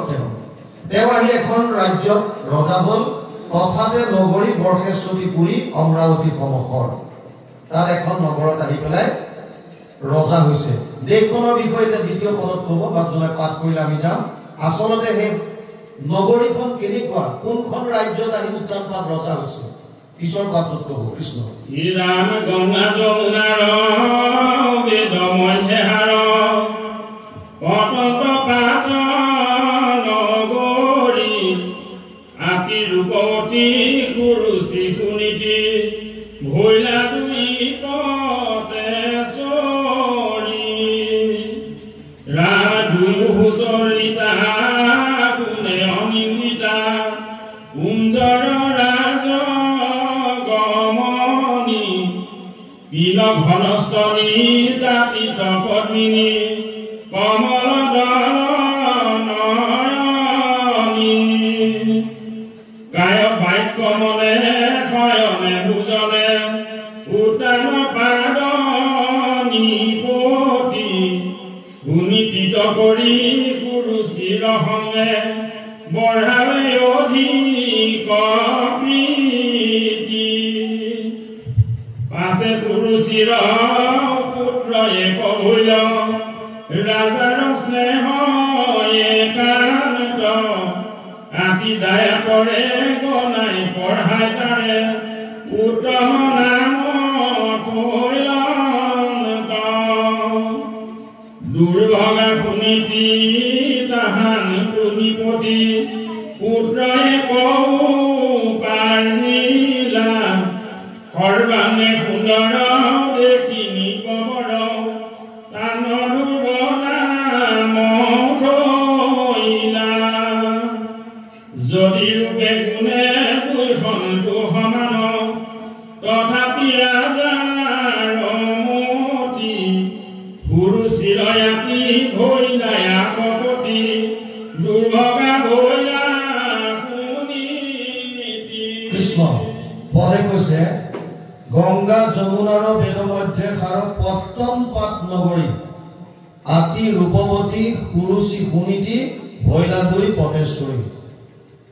উদ্যানপাদে ক'ত ৰাজ্য কৰিলে যিখনৰ পত্তন আছে পত্তন পাত নগৰ যিখন বিনাশ হয় আমাৰ শৰীৰটো কেনেকুৱা বিনাশী এই শৰীৰটো যিটো 24 তত্ত্বৰ দ্বাৰা গঠিত প্ৰাণবায়ু ওলাই যোৱাৰ লগে লগে আত্মা ওলাই যোৱাৰ লগে লগে ই হলৈ ৰূপান্তৰিত হৈ যায় আমি জীৱন্ত মানুহে নামৰ আগত শ্ৰী লিখো তালবীয়া হ যোগ ৰ যোগ দীৰ্ঘই কিয় লিখো হটোৱে শৰীৰ বুজাইছে ৰটোৱে ৰমণ কৰা বুজাইছে আৰু দীৰ্ঘয়ে ঈশ্বৰক বুজাইছে যেতিয়ালৈকে ঈশ্বৰ ৰূপী আত্মা পৰমাত্মা এই হৰূপী শৰীৰটোত ৰমণ কৰি থাকে তেতিয়ালৈকে আমি শ্ৰী লিখো যেতিয়া ইটো আঁতৰ হৈ গুচি যায় ইহ আঁতৰ হ'ল ঈশ্বৰৰূপী আত্মা পৰমাত্মা যেতিয়া শৰীৰ ত্যাগ কৰিলে ৰমণ কৰা বাদ দিলে তালবীয়া হ যোগ ৰ যোগ দীৰ্ঘই আৰু ৰটো আঁতৰ হৈ গ'ল তেতিয়া কি থাকিল অকল হ থাকিল আৰু লগে লগে আমি হ বুলি কওঁ হটো বাহিৰ কৰ তাৰমানে অলৰেডি ৰমণ কৰাটো বাদ দিলে ঈশ্বৰে ৰমণ কৰা বাদ দিলে ওলাই গুচি গ'ল আৰু এই যিটো কৰি থাকিল সেইটো হ ইয়াৰ তিনিটা মাত্ৰ অৱস্থা হয় বিষ্ঠা পদু আৰু ছাই যদি শৰীৰটো পেলাই দিয়ে হটো যদি পেলাই দিয়ে জীৱ জন্তু চৰাই চিৰিকটিয়ে খাব আৰু বিষ্ঠা কৰি উলিয়াই দিব যদি পুতি থয় তেতিয়াহ'লে পদু হ'ব আৰু যদি জ্বলাই দিয়ে তেতিয়াহ'লে ছাই হ'ব গতিকে শৰীৰটো বিনাশী পতন আছে যাৰ এই শৰীৰত উদ্যানপাদ আহি ৰজা হ'ল আৰু কি কৰিলে দুজনী পত্নী বিয়া কৰালে এজনী হৈছে সুনীতি এজনী হৈছে সুৰুচি উদ্যানপাদে পত্তন পাত নগৰীত ৰজা হ'ল এতিয়া ৰজা হৈ দুগৰাকীক বিয়া কৰালে এজনীৰ নাম হৈছে সুৰুচি আৰু এজনীৰ নাম হৈছে সুনীতি আমাৰো দুগৰাকীকৈ পত্নী আছে আইসকলে আকৌ নাভাবিব আমি একো কিয় বিয়া কৰাম যিহেতু জীৱাত্মাৰ কথা কৈ থকা হৈছে আমাৰ সকলোৰে দুগৰাকী পত্নী আছে এগৰাকী হৈছে সুৰুচি এগৰাকী হৈছে সুনীতি নামটোৰ পৰাই বুজিব পাৰিছে ৰুচি সম্পন্ন কাম কৰি যিটো ভাল পায় যিবিলাক ৰুচি সম্পন্ন ৰাতিপুৱা সোনকালে উঠিব লাগে কিন্তু ৰাতিপুৱাৰ টোপনি আৰু এইখন টোপনিৰ নিচিনা আনন্দ ক'ত আছে গতিকে শুই আছে যাব লাগে ক'ৰ পালে এটা কৰ্তব্য আছে সন্মুখত কিন্তু টিভি বা চিনেমা এখন চাই আছে এইখন শেষ হ'লে যাম এইটো ৰুচি গম পাইছে যে এইটো খাব নাপায় খালে শৰীৰৰ কাৰণে অপকাৰ কিন্তু খাই ভাল লাগে ৰুচি গম পাইছে যে এনেকুৱা সাজ পোছাক আমাৰ অসমীয়াৰ নহয় কিন্তু পিন্ধি ভাল লাগে ৰুচি সুৰুচি আৰু এগৰাকী পত্নী আছে সুনীতি যি শাস্ত্ৰসন্মত নীতি সম্পন্ন এই কৰ্মখিনি কৰাৰ বাবে আমাক উৎসাহিত কৰে এই দুইগৰাকী পত্নী আমাৰ ভিতৰত আছে সুনীতিও আছে সুৰুচিও আছে ঘটনা হ'ল আমি কোনজনী পত্নীক আপোন কৰি ৰাখো আঁকোৱালি ৰাখো কোনজনী পত্নীক এলাগি কৰি থওঁ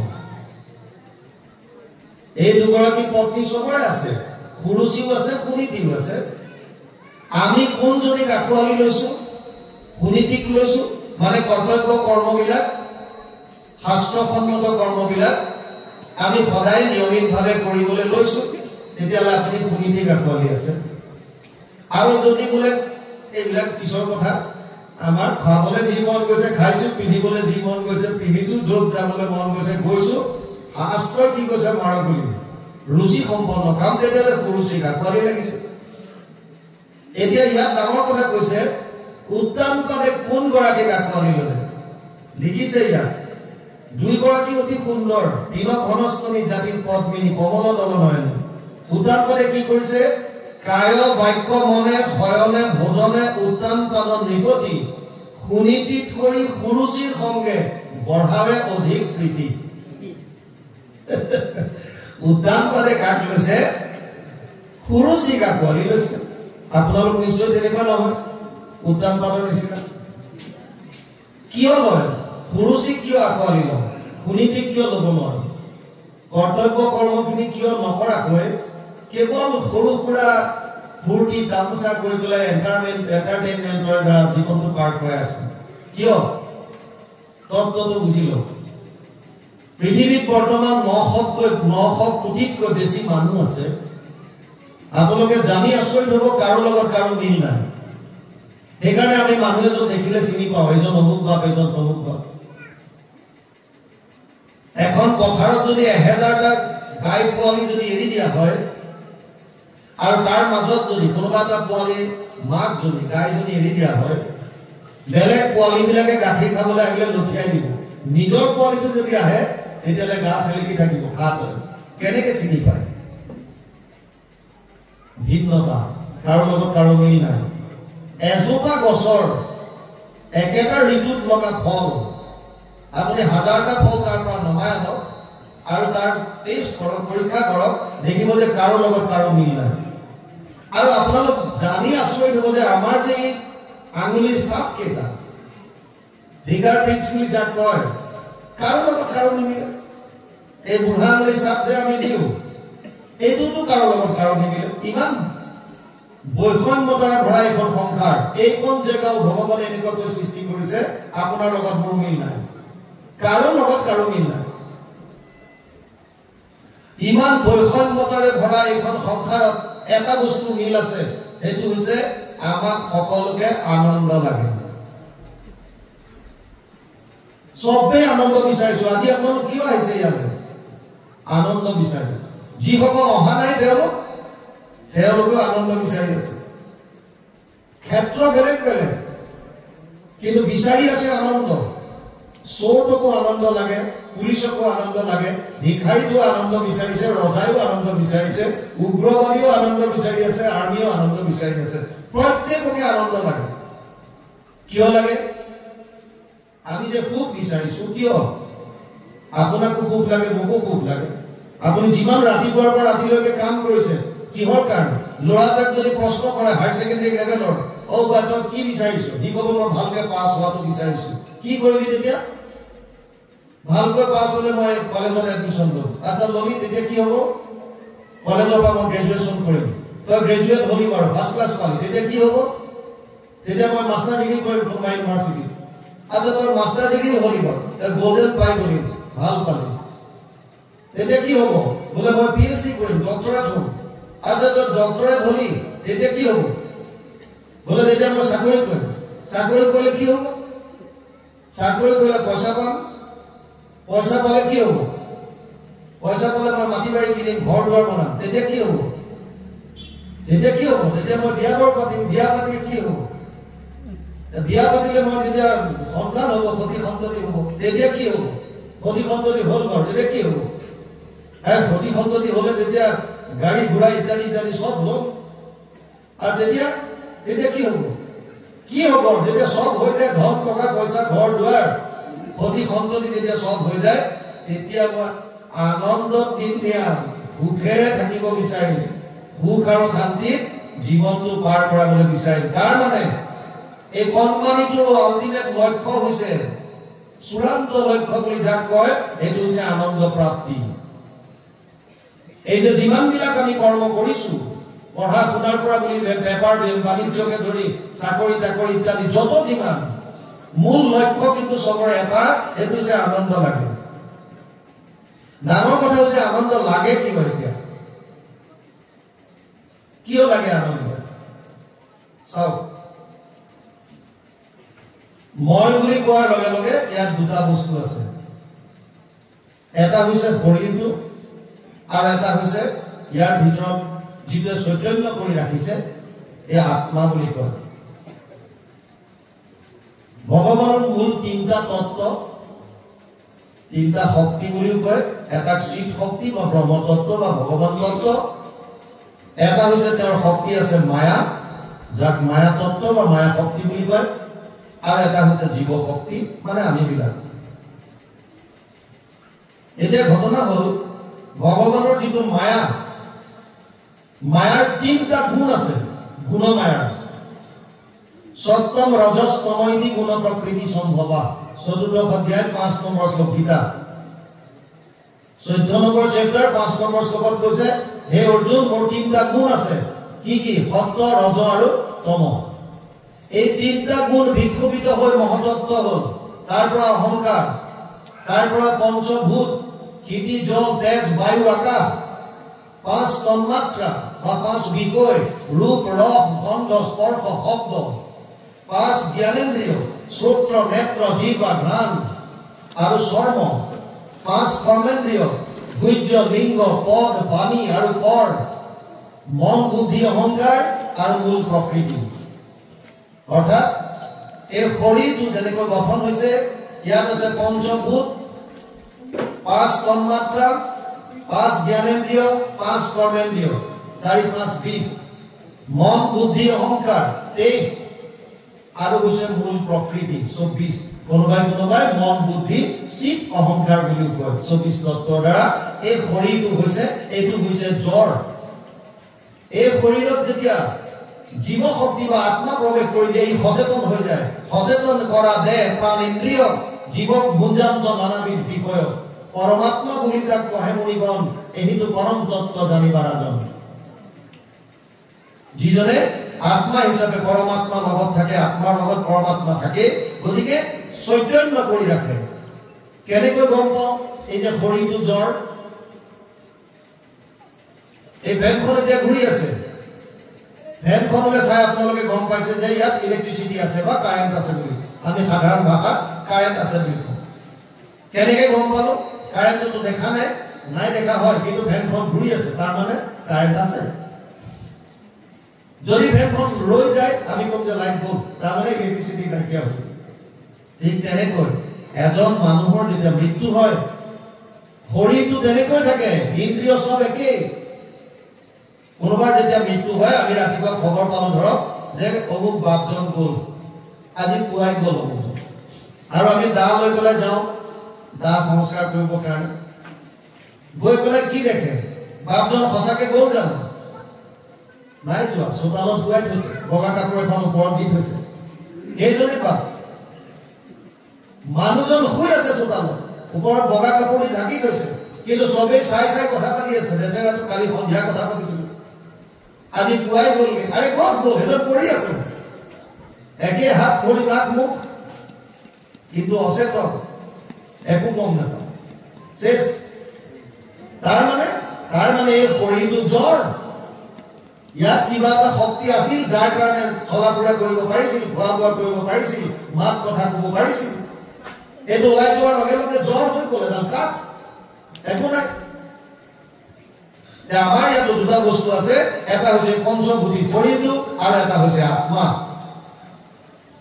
এই 24 তত্ত্বৰ দ্বাৰা গঠিত যিটো শৰীৰ এইটো কাৰ বস্তু মায়াৰ বস্তু একে মন দি শুনিব মায়াৰ বস্তু হৈছে শৰীৰটো আনহাতে জীৱটো কৰ আত্মাটো কৰ বাবে বংশ জীৱলোকে জীৱভূত সনাতন ভগৱানে কৈছে মোৰ অংশ গতিকে জীৱ চৈতন্য নিত্য সনাতন আনকি ভগৱানে অৰ্জুনক কৈছে অহম আত্মা গুদাকে সৰ্বভূতাশয় স্থিত অহম আদিচ মধ্যম চ ভূতানাম অন্ত এবচ দশম অধ্যায় 20 নম্বৰ শ্লোক গীতা হে অৰ্জুন মই সমস্ত জীৱৰ আত্মা মই আদিত আছিলো মই মধ্যত আছো আৰু শেষতো মই থাকিম গতিকে আমাৰ আত্মাটো হৈছে ভগৱানৰ অংশ মন বুদ্ধি অহংকাৰ মায়াৰ অংশ এতিয়া কথাটো হ'ল প্ৰত্যেক বস্তুৱে নিজৰ নিজৰ মূললৈ যাব বিচাৰে সবে নিজৰ মূলত যাব বিচাৰে আত্মাটোৱে নিজৰ মূল পৰমাত্মাৰ ওচৰলৈ যাব বিচাৰিছে মন বুদ্ধিয়ে নিজৰ মূল মায়ালৈ যাব বিচাৰিছে কিয় আত্মা কিয় যাব বিচাৰিছে কিহৰ কাৰণে আনন্দ লাগে আমি সেইটো কৈ আছিলো ভগৱান কোন তৈত্তৰীয় উপনিষদত কৈছে ৰস বৈষ্ণৱ এজন আনন্দ স্বৰূপ ভগৱান মানে আনন্দ কৃষি ভূবাচক শব্দ মৌনে কৃষি বাচক ভৈৰ একা পৰম ব্ৰহ্ম কৃষ্ণ ইতি অভিধীয়তে অনুবাদ কৰিছে মহাপুৰুষ মাধৱদেৱে কৃষ হেন শব্দ ইটো পৃথিৱী বাচক ভৈলা ম আনন্দত প্ৰৱৰ্তয় দুইৰো এক পদ মিলি পৰম ব্ৰহ্ম ৰূপ কৃষ্ণ নাম আনন্দক মাত্ৰ কয় আৰ মানে কৃষ্ণ মানে আনন্দ। এইকাৰণে আমি গাওঁ সহজানন্দ, স্বৰূপানন্দ, হৃদয়ানন্দ, প্ৰেমানন্দ, সচ্চিদানন্দ, চিদানন্দ, সদানন্দ, বিভিন্ন আমি আনন্দ লগাই তেওঁ আনন্দ স্বৰূপ। আৰু আনন্দৰ অংশ হৈছো আত্মা, গতিকে আত্মা মই হলো আনন্দৰ অংশ, গতিকে মই মোৰ মূললৈ যাব বিচাৰো মানে মোক আনন্দ লাগে। কিন্তু মনটো যিহেতুকে আত্মাৰ লগতে আছে, আনন্দটো লাগে হয়। ইয়াৰ মূলটো হ'ল কি? সংসাৰ, ধন, টকা পইচা, পুত্ৰ, পৰিবাৰ, ঘৰ দুৱাৰ। এইকাৰণে ইয়াত যাব বিচাৰিছে, এইফালে যাব বিচাৰিছে। আৰু এই দুখনেই যুদ্ধ আমাৰ ভিতৰত চলি আছে। ৰাম ৰাৱণৰ যুদ্ধ কওক, কৌৰৱ পাণ্ডৱৰ যুদ্ধ কওক, দেৱতা অসুৰৰ যুদ্ধ কওক, লাগি আছে কুৰুচি সুনীতি। মনটোৱে ৰুচি সম্পন্ন, কাম কৰি ভাল পায়, যি মন গৈছে তাকে কৰিবলৈ মন যায়। দেৰিলৈকে শুই থাকিম, পঢ়িবলৈ মন নাই নপঢ়ো, কাম কৰিবলৈ মন নাই নকৰো। আজি ৰ'দ ওলাইছে বাহিৰলৈ নোলাও, পথাৰত যি হৈছে শুই থাকো। ৰুচি সম্পন্ন, কিয়? আনন্দৰ কাৰণে। কাৰণ আমি ভাবিছো যে এই বস্তুবিলাকৰ মাজত, ভোগৰ মাজত আনন্দ আছে। কিন্তু আচলতে কি আছে মায়া? মায়াৰ বিষয়ে আপোনালোকে বুজক। চতুশ্লোকী ভাগৱতৰ ২য় শ্লোকত, পদ্মকল্পত ব্ৰহ্মাক যেতিয়া ভাগৱত দিছিল ৪টা শ্লোকত, ভগৱান নাৰায়ণে ২য় শ্লোকত মায়াৰ কথা কৈছে। ঋতেৰ্থে ইয়াত প্ৰতীয়ত না প্ৰতীয়ত চাত্মানি তদ বিদ্যাত আত্মনো মায়া যথা ভাসো যথা তম। ২:৩৪, ২য় স্কন্ধ ৯ম অধ্যায় ৩৪ নম্বৰ শ্লোকত। আৰু ইয়াৰ অনুবাদ গুৰুজনাই ভাগৱতৰ ২য় স্কন্ধত পানীৰ দৰে ভাষাৰে লিখিছে। কেনেকৈ? অবস্তুক দেখাওয়াই বস্তুক আৱৰি, এইকে মোহৰ মায়া জানা নিষ্ট কৰি। নাথাকিতো যেন দেখি চন্দ্ৰমা দুজয়, থাকিও ৰাহুক যেন কেহো নেদেখয়। ৰাতি আপোনালোকে দেখিব, বিশেষকৈ এতিয়া শৰৎকালত পানী যেতিয়া ফটফটীয়া হৈ থাকিব, চন্দ্ৰটো পানীত পৰিলে তাৰ পৰা ওলোৱা নিচিনা লাগিব। একেই প্ৰতিবিম্ব, ৰশ্মি একেই দেখাই আছে, ওপৰত এটা তলত এটা। আচলতে নাই, কিন্তু দেখিছে আপুনি। আৰু ৰাহু আচলতে আছে, কিন্তু কোনো দেখা নাই। মায়াই কি কৰে? সেইমতে মায়া আঁৰ কৰি ঈশ্বৰক আশাৰ বিষয় সদায় দেখায় জীৱন। মায়াই সদায় এই বিষয়বিলাক দেখুৱাই আছে, ৰূপ, ৰস, গন্ধ, স্পৰ্শ, শব্দ। বছ এইফালে তুমি মজগুল হৈ থাকা, ভগৱানৰ ওচৰলৈ যাব নিদিয়ে। আৰু আত্মাই কৈছে মোক কিন্তু এইফালে নিয়া। মায়া যিহেতুকে অবস্তুক বস্তু কৰি দেখুৱাইছে। মোৰ জেচলমেৰত পোষ্টিং আছিলে ৯৫ পৰা ২০০১লৈকে। ৰাজস্থানৰ জেচলমেৰ মৰুভূমি, পুৰা বালিতা। গৰম দিনত ৫২ ডিগ্ৰী চেলচিয়াছলৈকে মই তেতিয়া নিজে নোট কৰিছিলো, ৫২ ডিগ্ৰী। এইবাৰ আমাৰ অসমত ৪২ ডিগ্ৰী হওঁতে হাহাকাৰ। অৱশ্যে অসমৰ গৰমটো আৰু তাৰ গৰমটোৰ মাজত পাৰ্থক্য আছে। ইয়াত অকণমান হিউমিডিটিটো বেছি, পানীৰ হেৰিটো বেছি থাকে, তাত শুকান। তাত বালিত যেতিয়া আপুনি দূৰলৈ চাই দিয়ে, অলপ দূৰত দেখা পাব যে তাত যেন পানী এটা হ্ৰদ আছে, পানী পানী যেন দেখায়। কিন্তু আপুনি যদি বিচাৰি গৈ থাকে, আগবাঢ়ি গৈ থাকে, পানীটো আগবাঢ়ি গৈ থাকে। যেনেকৈ পকা ৰাস্তাত, আলকতৰা দিয়া ৰাস্তাত কেতিয়াবা খুব অতিপাত যেতিয়া ৰ'দ হয়, জেঠ মাহত, আপুনি যেতিয়া চাই দিয়ে দূৰত, আপোনাৰ এনেকুৱা লাগিব যেন এইটো পানী আছে। আপুনি আগবাঢ়ি গৈ থাকক, কিন্তু এইটো আগবাঢ়ি গৈ থাকিব, তাত নাপায়। আচলতে এইবিলাক মৰিচিকা বুলি যিটো কয়, মৃগতৃষ্ণা টাইপৰ মৰিচিকা নাই, বস্তুটো থকাৰ নিচিনা লাগে, আভাস দেখুৱায়। ঠিক মায়া বস্তুটো তেনেকুৱা। আৰু গতিকে মন বুদ্ধিয়ে সদায় তাৰ ফালে নিব বিচাৰে। তাৰ মানে সুৰুচিক আমি সদ্যহতে প্ৰত্যেকজন মানুহে সুৰুচিক আঁকোৱালি থৈছো আৰু কৰ্তব্য কৰ্মখিনি আঁতৰাই ৰাখিছো। সেইকাৰণে উত্তান পাদৰ উদাহৰণে আমাক দেখুৱাইছে। উত্তান পাদ কি কৰিলে? কায় বাক্য মনে শয়নে ভোজনে উত্তান পাদ নিপতি, সুনীতিত কৰি সুৰুচিৰ সংগে বঢ়ায় অধিক প্ৰীতি। কিয়? কাৰণ আমি ধন, টকা পইচা, কাপোৰ কানি সুখ আছে বুলি ভাবো। কোভিডৰ সময়ত আমাৰ তাত এগৰাকী আয়ে বাপজনক ক'লে যে মোক কাপোৰ এযোৰ লৈ দিয়া। বাপজনে ক'লে যে এইবাৰ কোভিড, চাৰিওফালে গোটেই ত্ৰাহিমাম চলি আছে, এতিয়া তোমাক নালাগে দিয়া, নিদিওঁ, ল'ৰা ছোৱালীকেইটাকে কিবা এটা আনি দিম। আপোনালোক তেনেকুৱা নহয় আমাৰ ফালে যদি বিচৰা বস্তুটো নাপায় আইগৰাকীয়ে মুখখন কিবা এটা এম্বুলত মাৰি পঠিয়ায় ফৌজকে আপোনালোক তেনেকুৱা নহয় নিশ্চয় আমি তেতিয়া গম পাই যাওঁ এইটো আৰু চিগনেল দিছে কিবা এটা ভয়ংকৰ ধুমুহা আহিব হাত জানো বাগৰাকীয়ে গম পালে যে যেতিয়া এইটো কাইদাত মাৰি দিছে মুখখন ফৌজকে তাৰ মানে ভয়ংকৰ ধুমুহা আহিব এইকাৰণে 20,000 টকা দি পাটৰ কাপোৰ এযোৰ লৈ দিলে কাপোৰযোৰ পোৱাৰ পাছত আইগৰাকীৰ সুখত এতিয়া ৰাতিও টোপনি নহা হ'ল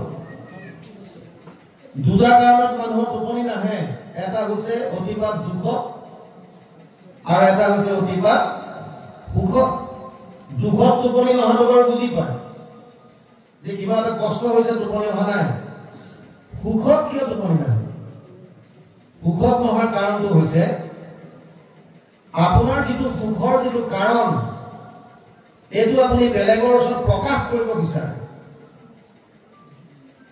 যেতিয়া প্ৰথম HMT ঘড়ী ওলাইছিল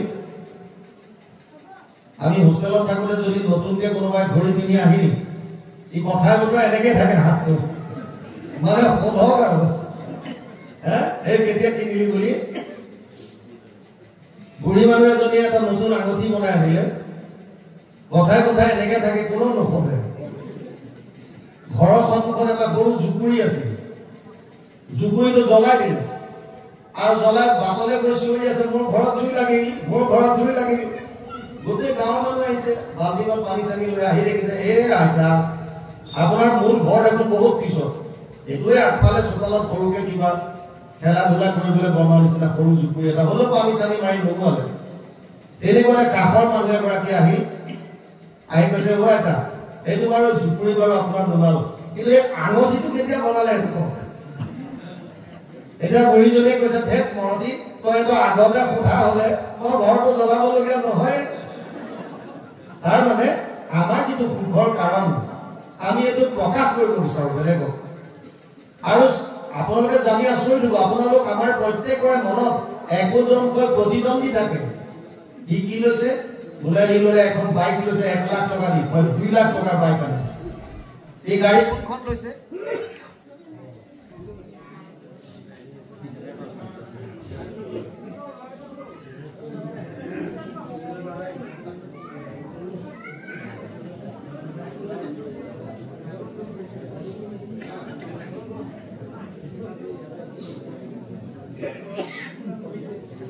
শুনা পাব নাই এনেকে কৈ থাকিলে পাব নাই শুনি থাকক গৈ এয়া কাম কৰি থাকিব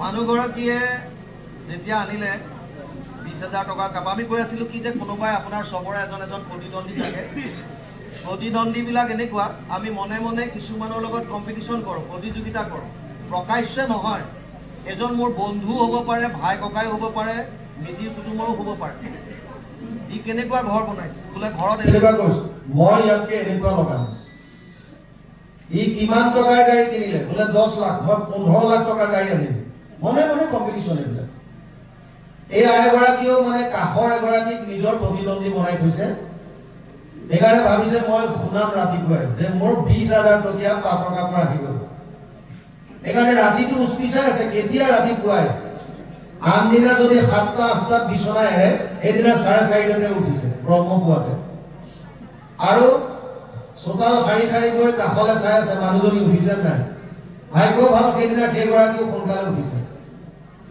আৰু তেওঁ ইফালৰ পৰা ঠাই শাৰী শাৰী আহি আছে ইফালৰ পৰা এওঁ মাত লগালে বাইদেউ সাৰ পালে বোলে পালো নক'ব আৰু বুজিছেনে আমাৰ এই মানুহটো ইমান অকৰা একেবাৰে পগলা বায়েকে সুধিছে কি হ'ল ইমান ৰাতিপুৱা মানুহটোক অকৰা পগলা এইবিলাক সজাইছে কৈছে বাইদেউ মই এইবাৰ ইমান মানা কৰিছিলোঁ যে বিহুত মোক কাপোৰ দিব নালাগে এই মানুহটো 20,000 টকা দি পেলাই পাটৰ কাপোৰ এযোৰ মোক আনি দিছে ফুটাই দিলে আৰু দেখিছেনে বাইদেউ গোটেই গাত ফুটা বচা এই 20,000 টকাৰ কাপোৰ আনিব লাগেনে ফুটাই আছে বেলুনত হাৱা ভৰিলে যেনেকৈ ফুলি থাকে সুখত তেনেকৈ গংগাটোত গৈ আছে। পিছে যিগৰাকীৰ আগত গৈ আছে সেইগৰাকীও আমাৰ দৰে পাৰামিলিটাৰী কাম কৰে আৰু তেওঁ 2 মাহৰ ছুটীত আহিছে ঘৰলৈ। ঘৈণীয়ে ক'লে কাপোৰ এযোৰ তেওঁ লৈ আহিছে গুৱাহাটীৰ পৰা। বায়েকে সিফালৰ পৰা কৈছে হয় নেকি, আমাৰ এওঁ আহিছে 2 মাহৰ ছুটীত বিহু বুলি, মোলৈ কাপোৰ এযোৰ আনিছে। এওঁ ধপককে মাৰিলে আৰু কিমান লৈছে টাৰ্গেটটো তাতহে আছে আচল। সিফালৰ পৰা বায়েকে ক'লে 25,000 লৈছে, এইফালে ফুটিলে ধপকে শেষ। 5,000 বেছি কাপোৰ আহিল দামী। তাৰ মানে যিযোৰ কাপোৰে ৰাতিটো শুবলৈ দিয়া নাছিল, এক মুহূৰ্তত এই সুখ খতম হৈ গ'ল। কিয়? কাৰণ তেওঁতকৈ দামী কাপোৰ তেওঁ প্ৰতিদ্বন্দ্বীগৰাকীয়ে লৈ আহিল। আমাৰো তেনেকুৱা। যদি কাপোৰযোৰত সুখে আছিল, যদি কাপোৰযোৰে ওৰে ৰাতি সুখে দি আছিল, তেতিয়া হঠাৎ নাইকিয়া কেনেকে হ'ব পাৰে? তাৰ মানে কাপোৰযোৰত সুখ নাছিল। সুখ দুখৰ মূল কাৰণটো হৈছে আমাৰ মন। ভাগৱতে কৈছে সুখৰ দুখৰ জানা মনেহে কাৰণ, মনৰ সংস্কাৰে আচৰণ কৰ্মবন। আমি মনত ভাবি লওঁ এইটো কৰিলে সুখ পাম, সেইটো কৰিলে সুখ পাম, আৰু আমি তেনেকৈ গৈ আছো। আচলতে বস্তুবিলাকত সুখ নাই। আৰু নথকা স্বত্তেও যিহেতু আমি আমাৰ মনটো মায়াৰ প্ৰতি আকৃষ্ট হৈ আছে, সেইকাৰণে আমি এনেকুৱাবিলাক কৰ্মৰ মাজত সুখ বিচাৰিছো আৰু তাৰ বাবে পুৰুষিক আঁকোৱালি আছো, সুনীতিক চাইড কৰি দিছো। আপুনি সমাজৰ পৰা বুলি, অফিচ কাছাৰীৰ পৰা বুলি, ছাত্ৰ ছাত্ৰীৰ পৰা বুলি যত যিমান মানুহ পাইছে, যদি তেওঁ পুৰুষিক যদি আঁকোৱালি লৈছে, তেতিয়াহ'লে তেওঁ কৰ্তব্য নিষ্ঠা বা নিজৰ কৰ্তব্যত গাফিলতি কৰিছে। ইয়াত তিল মানুহ সন্দেহ নাই। অফিচত যাব আপোনালোক, বহুত অফিচত আপুনি গৈ ৰৈ থাকিব, বাবুৱে আপোনাৰ কথাই নুশুনে, হয়তো মোবাইলে চাই আছে। কিয়? মোবাইলটো কিয় চাই আছে? তোমাৰ কৰ্তব্যটো কি তেতিয়া? যদি প্ৰত্যেকজনে নিজৰ নিজৰ কৰ্তব্যখিনি যদি কৰে, তেতিয়াহ'লে সমাজ কিমান সুন্দৰ হ'ব। অৰ্জুনক গীতাত কৈছে নিয়তম কুৰু কৰ্ম ত্বম কৰ্ম জয় হিয়া কৰ্মণ শৰীৰ যাত্ৰা বিদ্যাদেন প্ৰসিদ্ধেন কৰ্মণি। 3য় অধ্যায় 8 নম্বৰ শ্লোক গীতা। হে অৰ্জুন, তই তোৰ কৰ্তব্য কৰ্ম নিজে কৰ, আৰু যদি কৰ্তব্য নকৰ তেতিয়াহ'লে তোৰ শৰীৰৰ ইন্দ্ৰিয়বিলাকে ভোগ নিদিয়া হ'ব। আৰু হয়, এটা সময়লৈকে আমি সুস্থ সবল থাকো, লাহে লাহে ইন্দ্ৰিয়বিলাকে আমাক এৰা দিয়া হয়। বহু মানুহ তলত বহিব নোৱাৰা হৈ যায়। আমি নুশুনা হওঁ, কাণে দূৰলৈ নেদেখা হওঁ, ইন্দ্ৰিয়বিলাক শিথিল পৰি যায়, নাৰ্ভবিলাকে কাম নকৰা হয়, হাত কঁপিবলৈ ধৰে, খোজকাঢ়ি যাব নোৱাৰা হওঁ, লাকুটিৰে সহায় ল'বলগীয়া হয়। সুস্থ সবল হৈ থাকোঁতে আমি কৰ্তব্য কৰ্মবিলাক যদি কৰি যাওঁ প্ৰপাৰলি, মানুহৰ জন্মটো আমি সফল কৰিব পাৰিম। কিন্তু তাৰ কাৰণে এনে ধৰণৰ অনুষ্ঠানৰ দ্বাৰা আমি তত্ত্ববিলাক বুজি ল'ব লাগিব। এতিয়া আপোনালোকে এটা কথা বুজি পাইছে যে আমাক সকলোকে আনন্দ লাগে। আনন্দ ক'ত পাম? জেগা আছে দুটা। এফালে হৈছে সংসাৰ, ধন টকা পইচা, ঘৰ দুৱাৰ ইত্যাদি কৰি ব্ৰহ্মলোক পৰ্যন্ত চব মায়াৰ বস্তু, চব বিনাশী। ব্ৰহ্ম ভুৱনা লোক পুনৰাৱৰ্তিনো অৰ্জুন মামোপেত্য কৌন্তেয় পুনৰ্জন্ম ন বিদ্যতে। 8ম অধ্যায় 16 নম্বৰ শ্লোক গীতা। হে অৰ্জুন, ব্ৰহ্মলোক পৰ্যন্ত যদি জীৱ যায় তাৰো পুনৰাৱৰ্তন আছে, সি আহিবই লাগিব।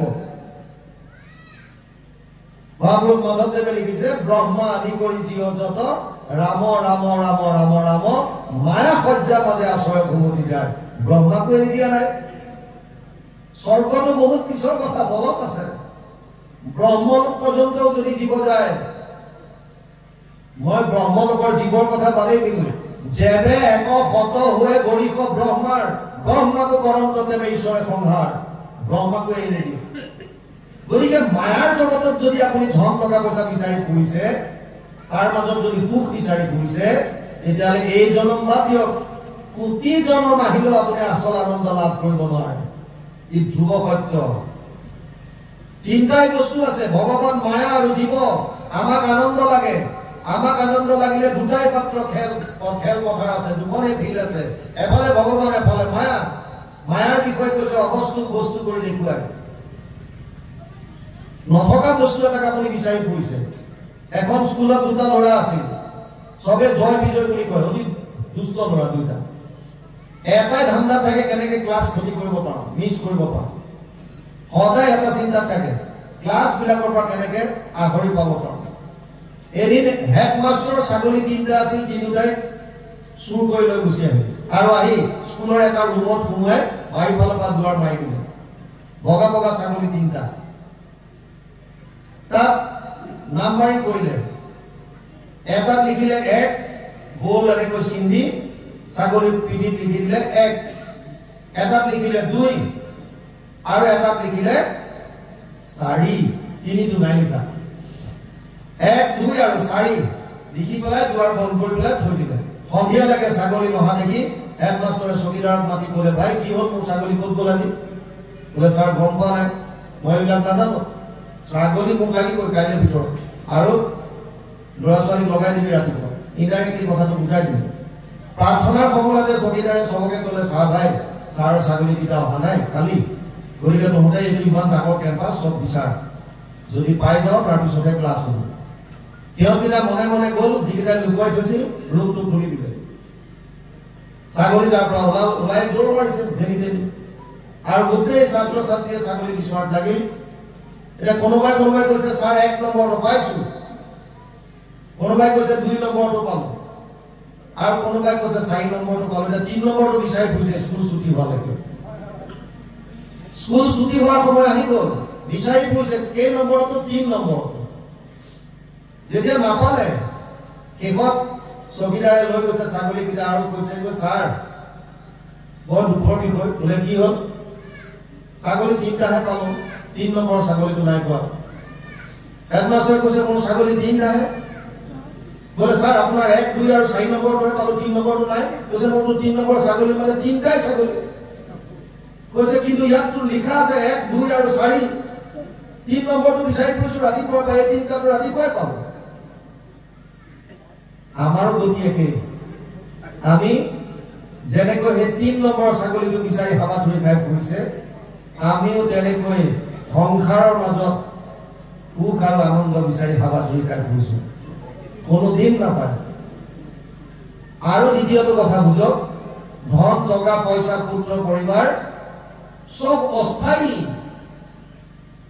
আপোনাক মোক চিৰস্থায়ী সুখ লাগে, চিৰন্তন লাগে, সনাতন লাগে, নিত্য লাগে। এই অস্থায়ী বস্তুটোৱে আপোনাক চিৰন্তন সুখ কেনেকৈ দিব পাৰে? যাৰ নিজৰে স্থায়িত্বতা নাই, ই আপোনাক চিৰন্তন সুখ কেনেকৈ দিব? ধন টকা পইচাৰ প্ৰয়োজন হয় জীৱন নিৰ্বাহ কৰিবলৈ, কিন্তু জীৱনটোৰ মূল উদ্দেশ্য ধন টকা পইচা হ'ব নালাগে। এই দুটা ডিফাৰেন্স আছে।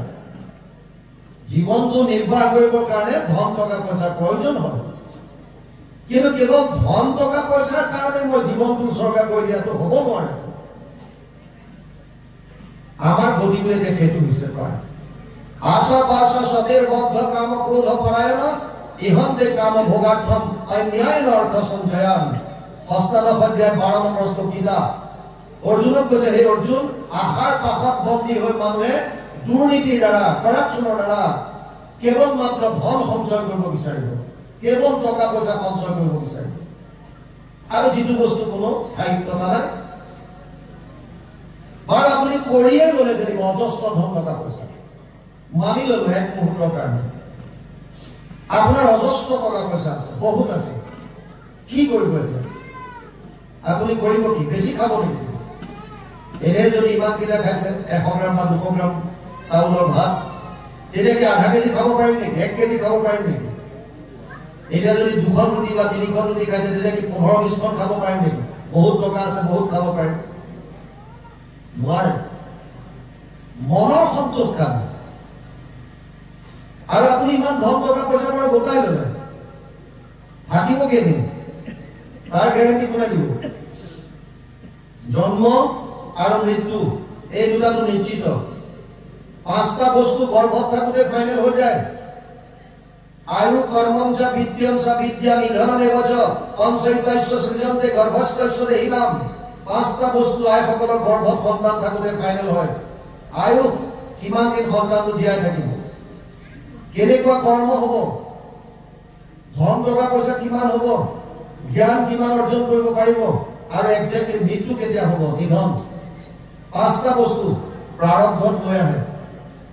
অৱশ্যে এইটো বেলেগ যদি আপোনাৰ ক্ৰিয়ামান কৰ্ম বেলেগ হয়, ঈশ্বৰৰ শৰণ লৈ পেলাই ভগতৰ লগত যদি নিয়মিতভাৱে শ্ৰৱণ কীৰ্তন কৰি থাকে, আপোনাৰ প্ৰাৰব্ধ সলনি কৰিব পাৰে, আপুনি নিমিত্ত কৰিব পাৰে। সম্পূৰ্ণ সলনিটো অসম্ভৱ, নিমিত্ত কৰি যাব পাৰে। জন্মটো নিশ্চিত, মৃত্যু নিশ্চিত। জাতস্য হি ধ্ৰুৱ মৃত্যু ধ্ৰুৱ জন্ম মৃতস্য চ তস্মাৎ অপরিহার্যর্থে নাত্বম শুচিতুমার্হসি। দ্বিতীয় অধ্যায় 27 নম্বর শ্লোক গীতা। হে অর্জুন, জন্ম ললে মৃত্যুটো নিশ্চিত, ইয়াক লৈ শোক কৰি লাভ নাই। মাজৰ সময়খিনিক জীৱন বুলি কোৱা হয়। জন্ম আৰু মৃত্যুৰ মাজৰ সময়খিনি, এই সময়খিনি কাৰোবাৰ কাৰণে দীঘলীয়া, কাৰোবাৰ কাৰণে কম। কোনোবা 100 বছৰ জীয়াই আছে, কোনোবা 80 আছে, কোনোবা 40, কোনোবা জন্ম হৈ গ'ল। যাৰ যেনেকুৱা প্ৰাৰব্ধ লৈ আহিছে। কিমান দিন জীয়াই আছে এইটো ডাঙৰ কথা নহয়, জীয়াই থকা দিনকেইটাত আমি কি কৰিলো এইটো ডাঙৰ কথা। এই যে মানুহৰ শৰীৰটো পাইছে, ই সহজতে পোৱা নাই। 84 লাখ জুনি ভ্ৰমণ কৰি শত কোটি জন্মান্তৰে হুয়ে মহাভাগ নৰ শৰীৰক জীৱে দেৱে পাৱেলা।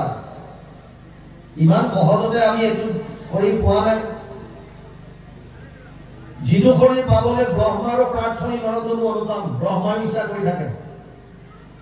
আপুনি মই পাইছো 84 লাখ জুনি, 20 লাখ সব স্থাৱৰ জানো, 9 লাখ জলচৰ সব মানো, 11 লাখ কুৰুম কবি গাৱে, পক্ষীগণ 10 লাখ बतावे, 30 लाख पशु जानो हो भाई, 4 लाख बंदर दुखदाई।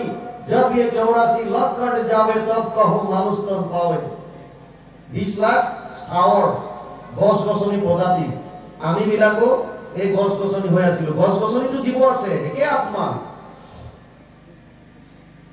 9 লাখ জলচৰ প্ৰাণী প্ৰজাতি, 29, 11 লাখ কাছৰ দৰে সৰীসৃপ জাতীয় বগাই যোৱা প্ৰাণীৰ প্ৰজাতি, 29, 11, 40, 10 লাখ চৰাই চিৰিকটি প্ৰজাতি, 40, 10, 50, 30 লাখ বিভিন্ন হিংস্ৰ জন্তু, 80 লাখ, 4 লাখ বান্দৰৰ প্ৰজাতি, 84 লাখ। 84 লাখ জুনি এটা জীৱই ভ্ৰমণ কৰাৰ পাছত শত কোটি জন্মান্তৰে হৈ মহাভাগ নৰ শৰীৰক জীৱে দেৱে পাৱেলা। ইমান এটা দুৰ্লভ বস্তু আমি পালো, পোৱাৰ পাছত যদি ইয়াৰ ব্যৱহাৰ নকৰো তেতিয়া কি লাভ হ'ব? কি লাভ হ'ব? মোৰ উত্তৰাখণ্ডত পোষ্টিং আছিল, ৰাণীক্ষেত বুলি এটা জেগা। এতিয়াও হিমালয়ত বহুতে তাত নিৰ্গুণ নিৰাকাৰ ব্ৰহ্ম সন্ন্যাসী হৈ ধ্যান ধাৰণা কৰি আছে, এতিয়াও আছে। বৰ সুন্দৰ কাহিনী এটা আছে। এবাৰ কেইজনমান সন্ন্যাসীয়ে হিমালয়ৰ পৰা তললৈ নামি আহিল বাৰিষাৰ 4 মাহ কটাবৰ কাৰণে, আৰু এজন ভেড়াৰখীয়াৰ ঘৰত আশ্ৰয় ললে। ভেড়াৰখীয়াৰজনক ক'লে যে আমি বাৰিষাৰ 4 মাহ তোমাৰ গৃহতে কটাব বিচাৰিছো। সন্ন্যাসী কিজনক দেখা পাই ভেড়াৰখীয়াই যিমান পাৰে শুশ্ৰূষা কৰিছে। আৰ্থিকভাৱে ইমান তেওঁ সচ্ছল নাছিল, পইচা পাতি কম, ভেড়া চলাই, ভেড়াখিনি পালে তাৰ পৰা যিটো আহে।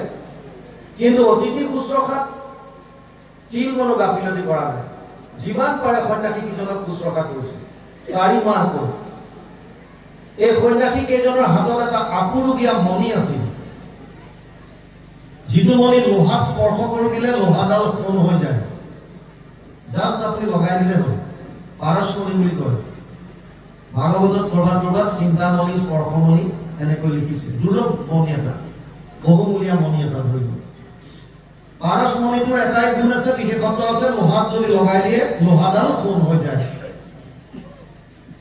ভেড়াৰখীয়াটোৱে যেতিয়া 4 মাহকৈ সন্ন্যাসী কেইজনৰ শুশ্ৰূষা কৰিলে, যোৱাৰ সময়ত তেওঁলোকক ক'লে যে, বাবা তুমি তোমাৰ আৰ্থিক ইমান অনাটনৰ পাছতো আমাক ইমান সুন্দৰভাৱে আমাক শুশ্ৰূষা কৰিলা। গতিকে আমাৰ হাতত এই মণিটো আছে, পাৰস্পৰিক তুমি এইটো এই বছৰ ব্যৱহাৰ কৰা। অহা বছৰ যেতিয়া আমি বাৰিষাত নামি আহিম তেতিয়া তোমাৰ পৰা লৈ ল'ম। আৰু সি মণিটো থৈ দিলে, ঋষিকেইজন গুচি গ'ল।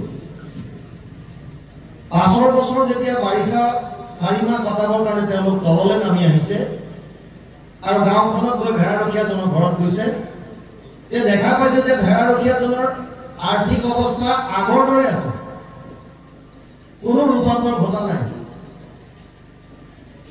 তেওঁলোকে গম পালে যে যিটো মণি দি গৈছিল সি হয়তো ব্যৱহাৰেই কৰা নাই বা ব্যৱহাৰ কৰিব জনাই নাই। তাক সুধিলে, তোমাক যে মণি এটা দিছিলো কি কৰিলা? সি কৈছে, সেই মণিটো যিটো যে বিৰাট চিকমিকাই থাকে, বোলে সেইটো কৰিলা কি? ভেড়াৰখীয়াটোৱে কৈছে, মোৰ আটাইতকৈ মৰমৰ যিটো ভেড়া পোৱালি তাৰ ডিঙিত বান্ধি থৈছো। কি লাভ হ'ব? আপোনাৰ হাতত বহুমূলীয়া সম্পদ আছে, আপুনি যদি ব্যৱহাৰ কৰিব নাজানে কি লাভ হ'ব তাৰ? আমি বজাৰৰ পৰা মোবাইল আনো, লেপটপ লয়, মাইক্ৰৱেভ লয়, ইলেক্ট্ৰনিক্সৰ এখন ফেন, সাধাৰণ ফেন এখন আনিলো, তাত এখন কাগজ থাকে, তাত লিখা থাকে এখন কেনেকৈ ব্যৱহাৰ কৰিব। সাধাৰণ বজাৰ এটা বস্তু আনিলো, আগতে পঢ়ি চাব লাগে কেনেকৈ ব্যৱহাৰ কৰিম। আৰু তেনে ক্ষেত্ৰত দেৱৰো দুৰ্লভ, ব্ৰহ্মাৰো প্ৰাৰ্থনী, এইটো দুৰ্লভ মনুষ্যতনো পোৱাৰ পাছত ইয়াক কেনেকৈ ব্যৱহাৰ কৰিম, তাৰ কাৰণে আমি কেতিয়াবা মেনুৱেল পঢ়িছো নে নাই? এই কাগজ টুকুৰা পঢ়িছো নে নাই? মানুহৰ শৰীৰটো ব্যৱহাৰ কৰিবৰ কাৰণে মেনুৱেল কি? শাস্ত্ৰৰ উত্তম কি? গীতা ভাগৱত। সকলোৱে জানে শাস্ত্ৰৰ উত্তম গীতা ভাগৱত, যিখন আমাৰ মনুষ্য জীৱনৰ কাৰণে মেনুৱেল। আৰু তাৰেইটো অনুবাদে আমাক দি কৈছে গুৰুজনে, যদি আমি গীতা ভাগৱত শ্ৰৱণ কৰোঁ। কিন্তু কেতিয়া? প্ৰহ্লাদে কৈছে, কৌমাৰ আচৰিত প্ৰাজ্ঞ ধৰ্মান ভাগৱতানিহ দুৰ্লভ মানুষ দেহ তত্ৰাপি ধ্ৰুৱম অৰ্থদম। 7:6-1 সপ্তম স্কন্ধ 6ষ্ঠ অধ্যায় 1ম শ্লোক। কুমাৰ কালৰ পৰা ভক্তি কৰা আৰু মানৱ জনম সফল কৰিব যদি বিচাৰিছে, মহাপুৰুষ মাধৱদেৱে এজোকা পদতে লিখি থৈ গৈছে, হৰি চৰণে শৰণ লৈলো, মানৱী জনক সফল কৰিলো। গুৰুজনাই কৈছে, মনুষ্য শৰীৰ পাই যিটো নৰগণ নগৰে তোমাৰ যদি শ্ৰৱণ কীৰ্তন, বিফলে জনম গৈলা ভৈলা সৰ্বনাশ, জীৱন্ততে মৰা কিন্তু ভাতৃৰ নিষ্ঠা। যিটো আমাৰ সুনীতিৰ কৰ্ম, যিটো শাস্ত্ৰসন্মত কৰ্ম, যাক আমি আঁকোৱালি ল'ব লাগে, তাক আমি বাদ দি কেৱল ধন, টকা, পইচা, পুত্ৰ, পৰিবাৰ, ঘৰ দুৱাৰ, খাদ্য ইত্যাদিত আমি লাগি আছো, অৰ্থাৎ সুৰুচিক আঁকোৱালি লৈছো। এটা কথা বুজি লওক, ইয়াত এতিয়া কি কৈছে? পাছে সুৰুচিৰ পুত্ৰ এক ভৈল ৰাজাৰ স্নেহ একান্ত, আতি দায়াতৰে গণাই পঢ়াই তাৰে উত্তম নাম থৈ লওক। কৃষ্ণ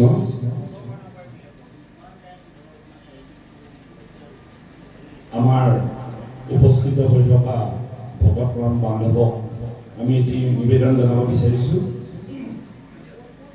যিহেতুকে আমাৰ ভাগৱত 2 বজালৈকে হ'ব আৰু যিহেতুকে দিনটো ছুটি, আমি নামৰ শৰাইভাগ অৰ্পণ কৰি থোৱা আছে।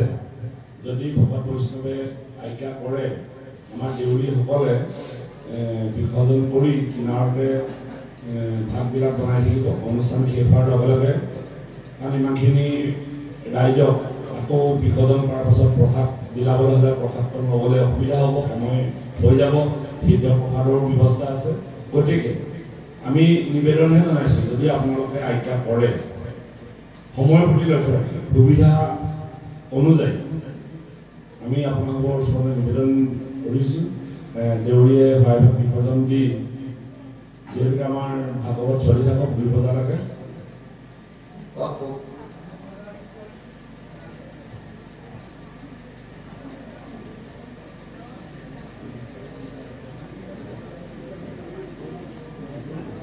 তেতিয়াহ'লে দেউৰীয়ে শৰাইভাগ জনাই দিয়ক।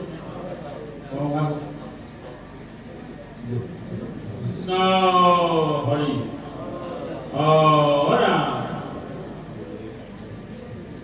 কৃষ্ণ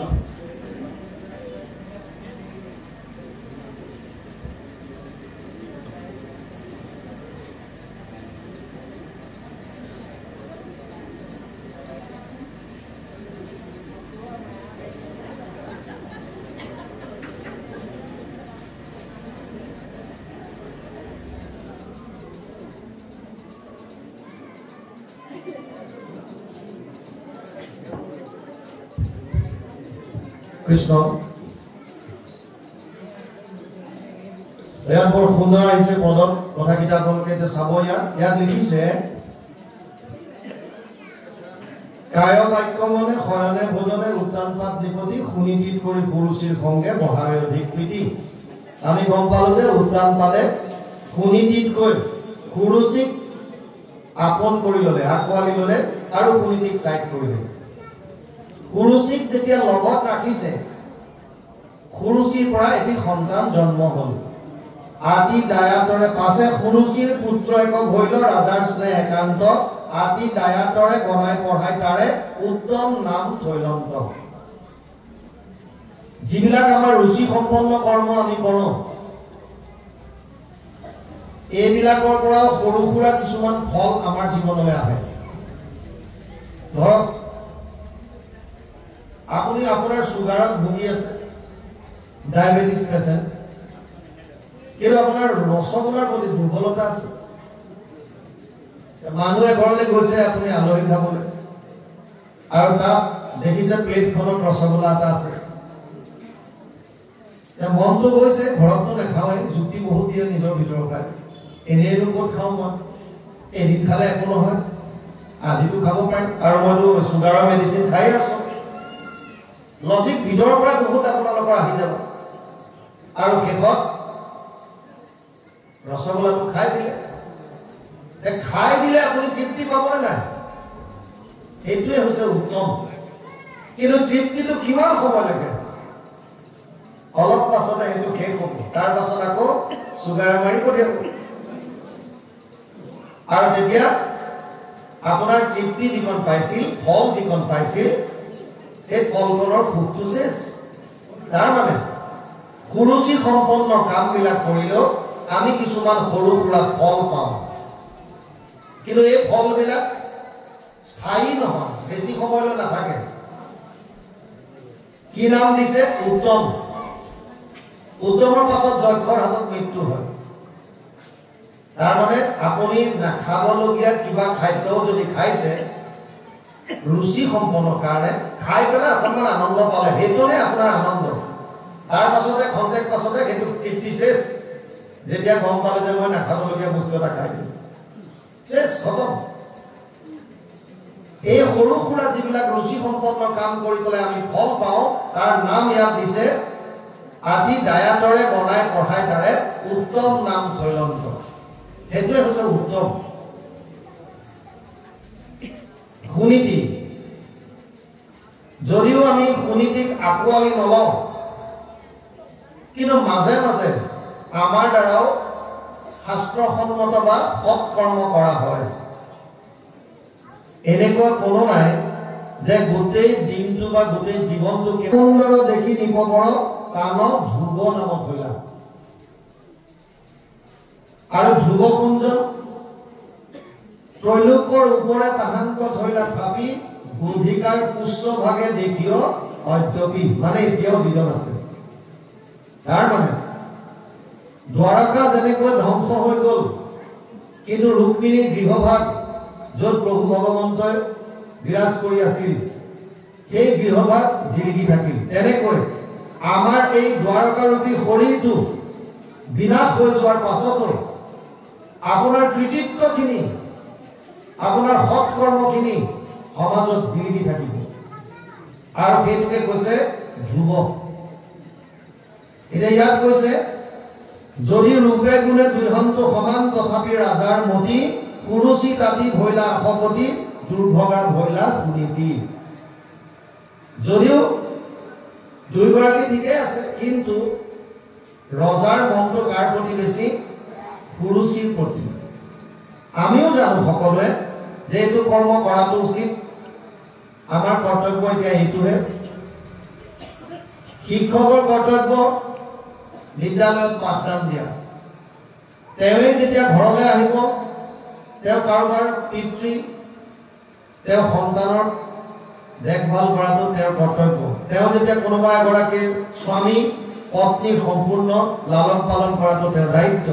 তেওঁ যেতিয়া এজন সমাজৰ নাগৰিক, সমাজখনৰ কাৰণে কৰিবলগীয়া কৰণীয়খিনি কৰাটো তেওঁৰ কৰ্তব্য। তেওঁ এখন দেশৰ নাগৰিক, দেশখনৰ কাৰণে কৰিবলগীয়া কৰ্তব্য কৰাটো তেওঁৰ কৰ্তব্য। সেইখিনি কৰণীয় তেওঁ কৰিব লাগিব, কৰ্তব্য। কিন্তু আমি যিহেতুকে সুৰুচিক আঁকোৱালি থাকোঁ, গতিকে কৰ্তব্যবিলাকৰ পৰা নিজক আঁতৰাই ৰাখিছোঁ। ইয়ালৈকে কৈছে, তাৰপিছত কি আহে চাওঁ। কৃষ্ণ একবিংশ অধ্যায় ছবি সুৰুচিৰ দুৰ্ব্যৱহাৰ।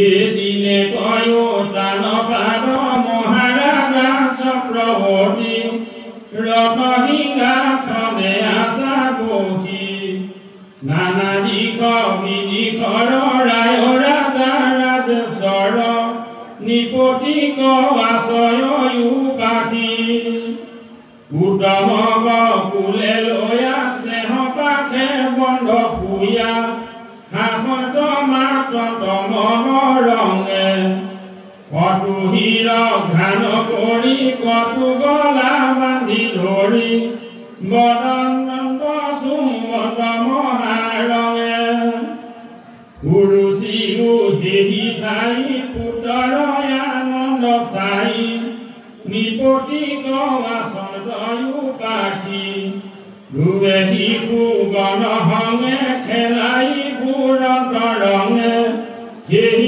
থানে প্ৰৱেশিলাই আখি বাপৰ ভীতিক চাই কিছু কিছু কৰি যাই ধ্ৰুৱ গয়া চাপিৰন্ত পাখ বাপৰ কোলাক যাইব অনেক আদৰ পাইব মনেহে নকৰি অভিলাষ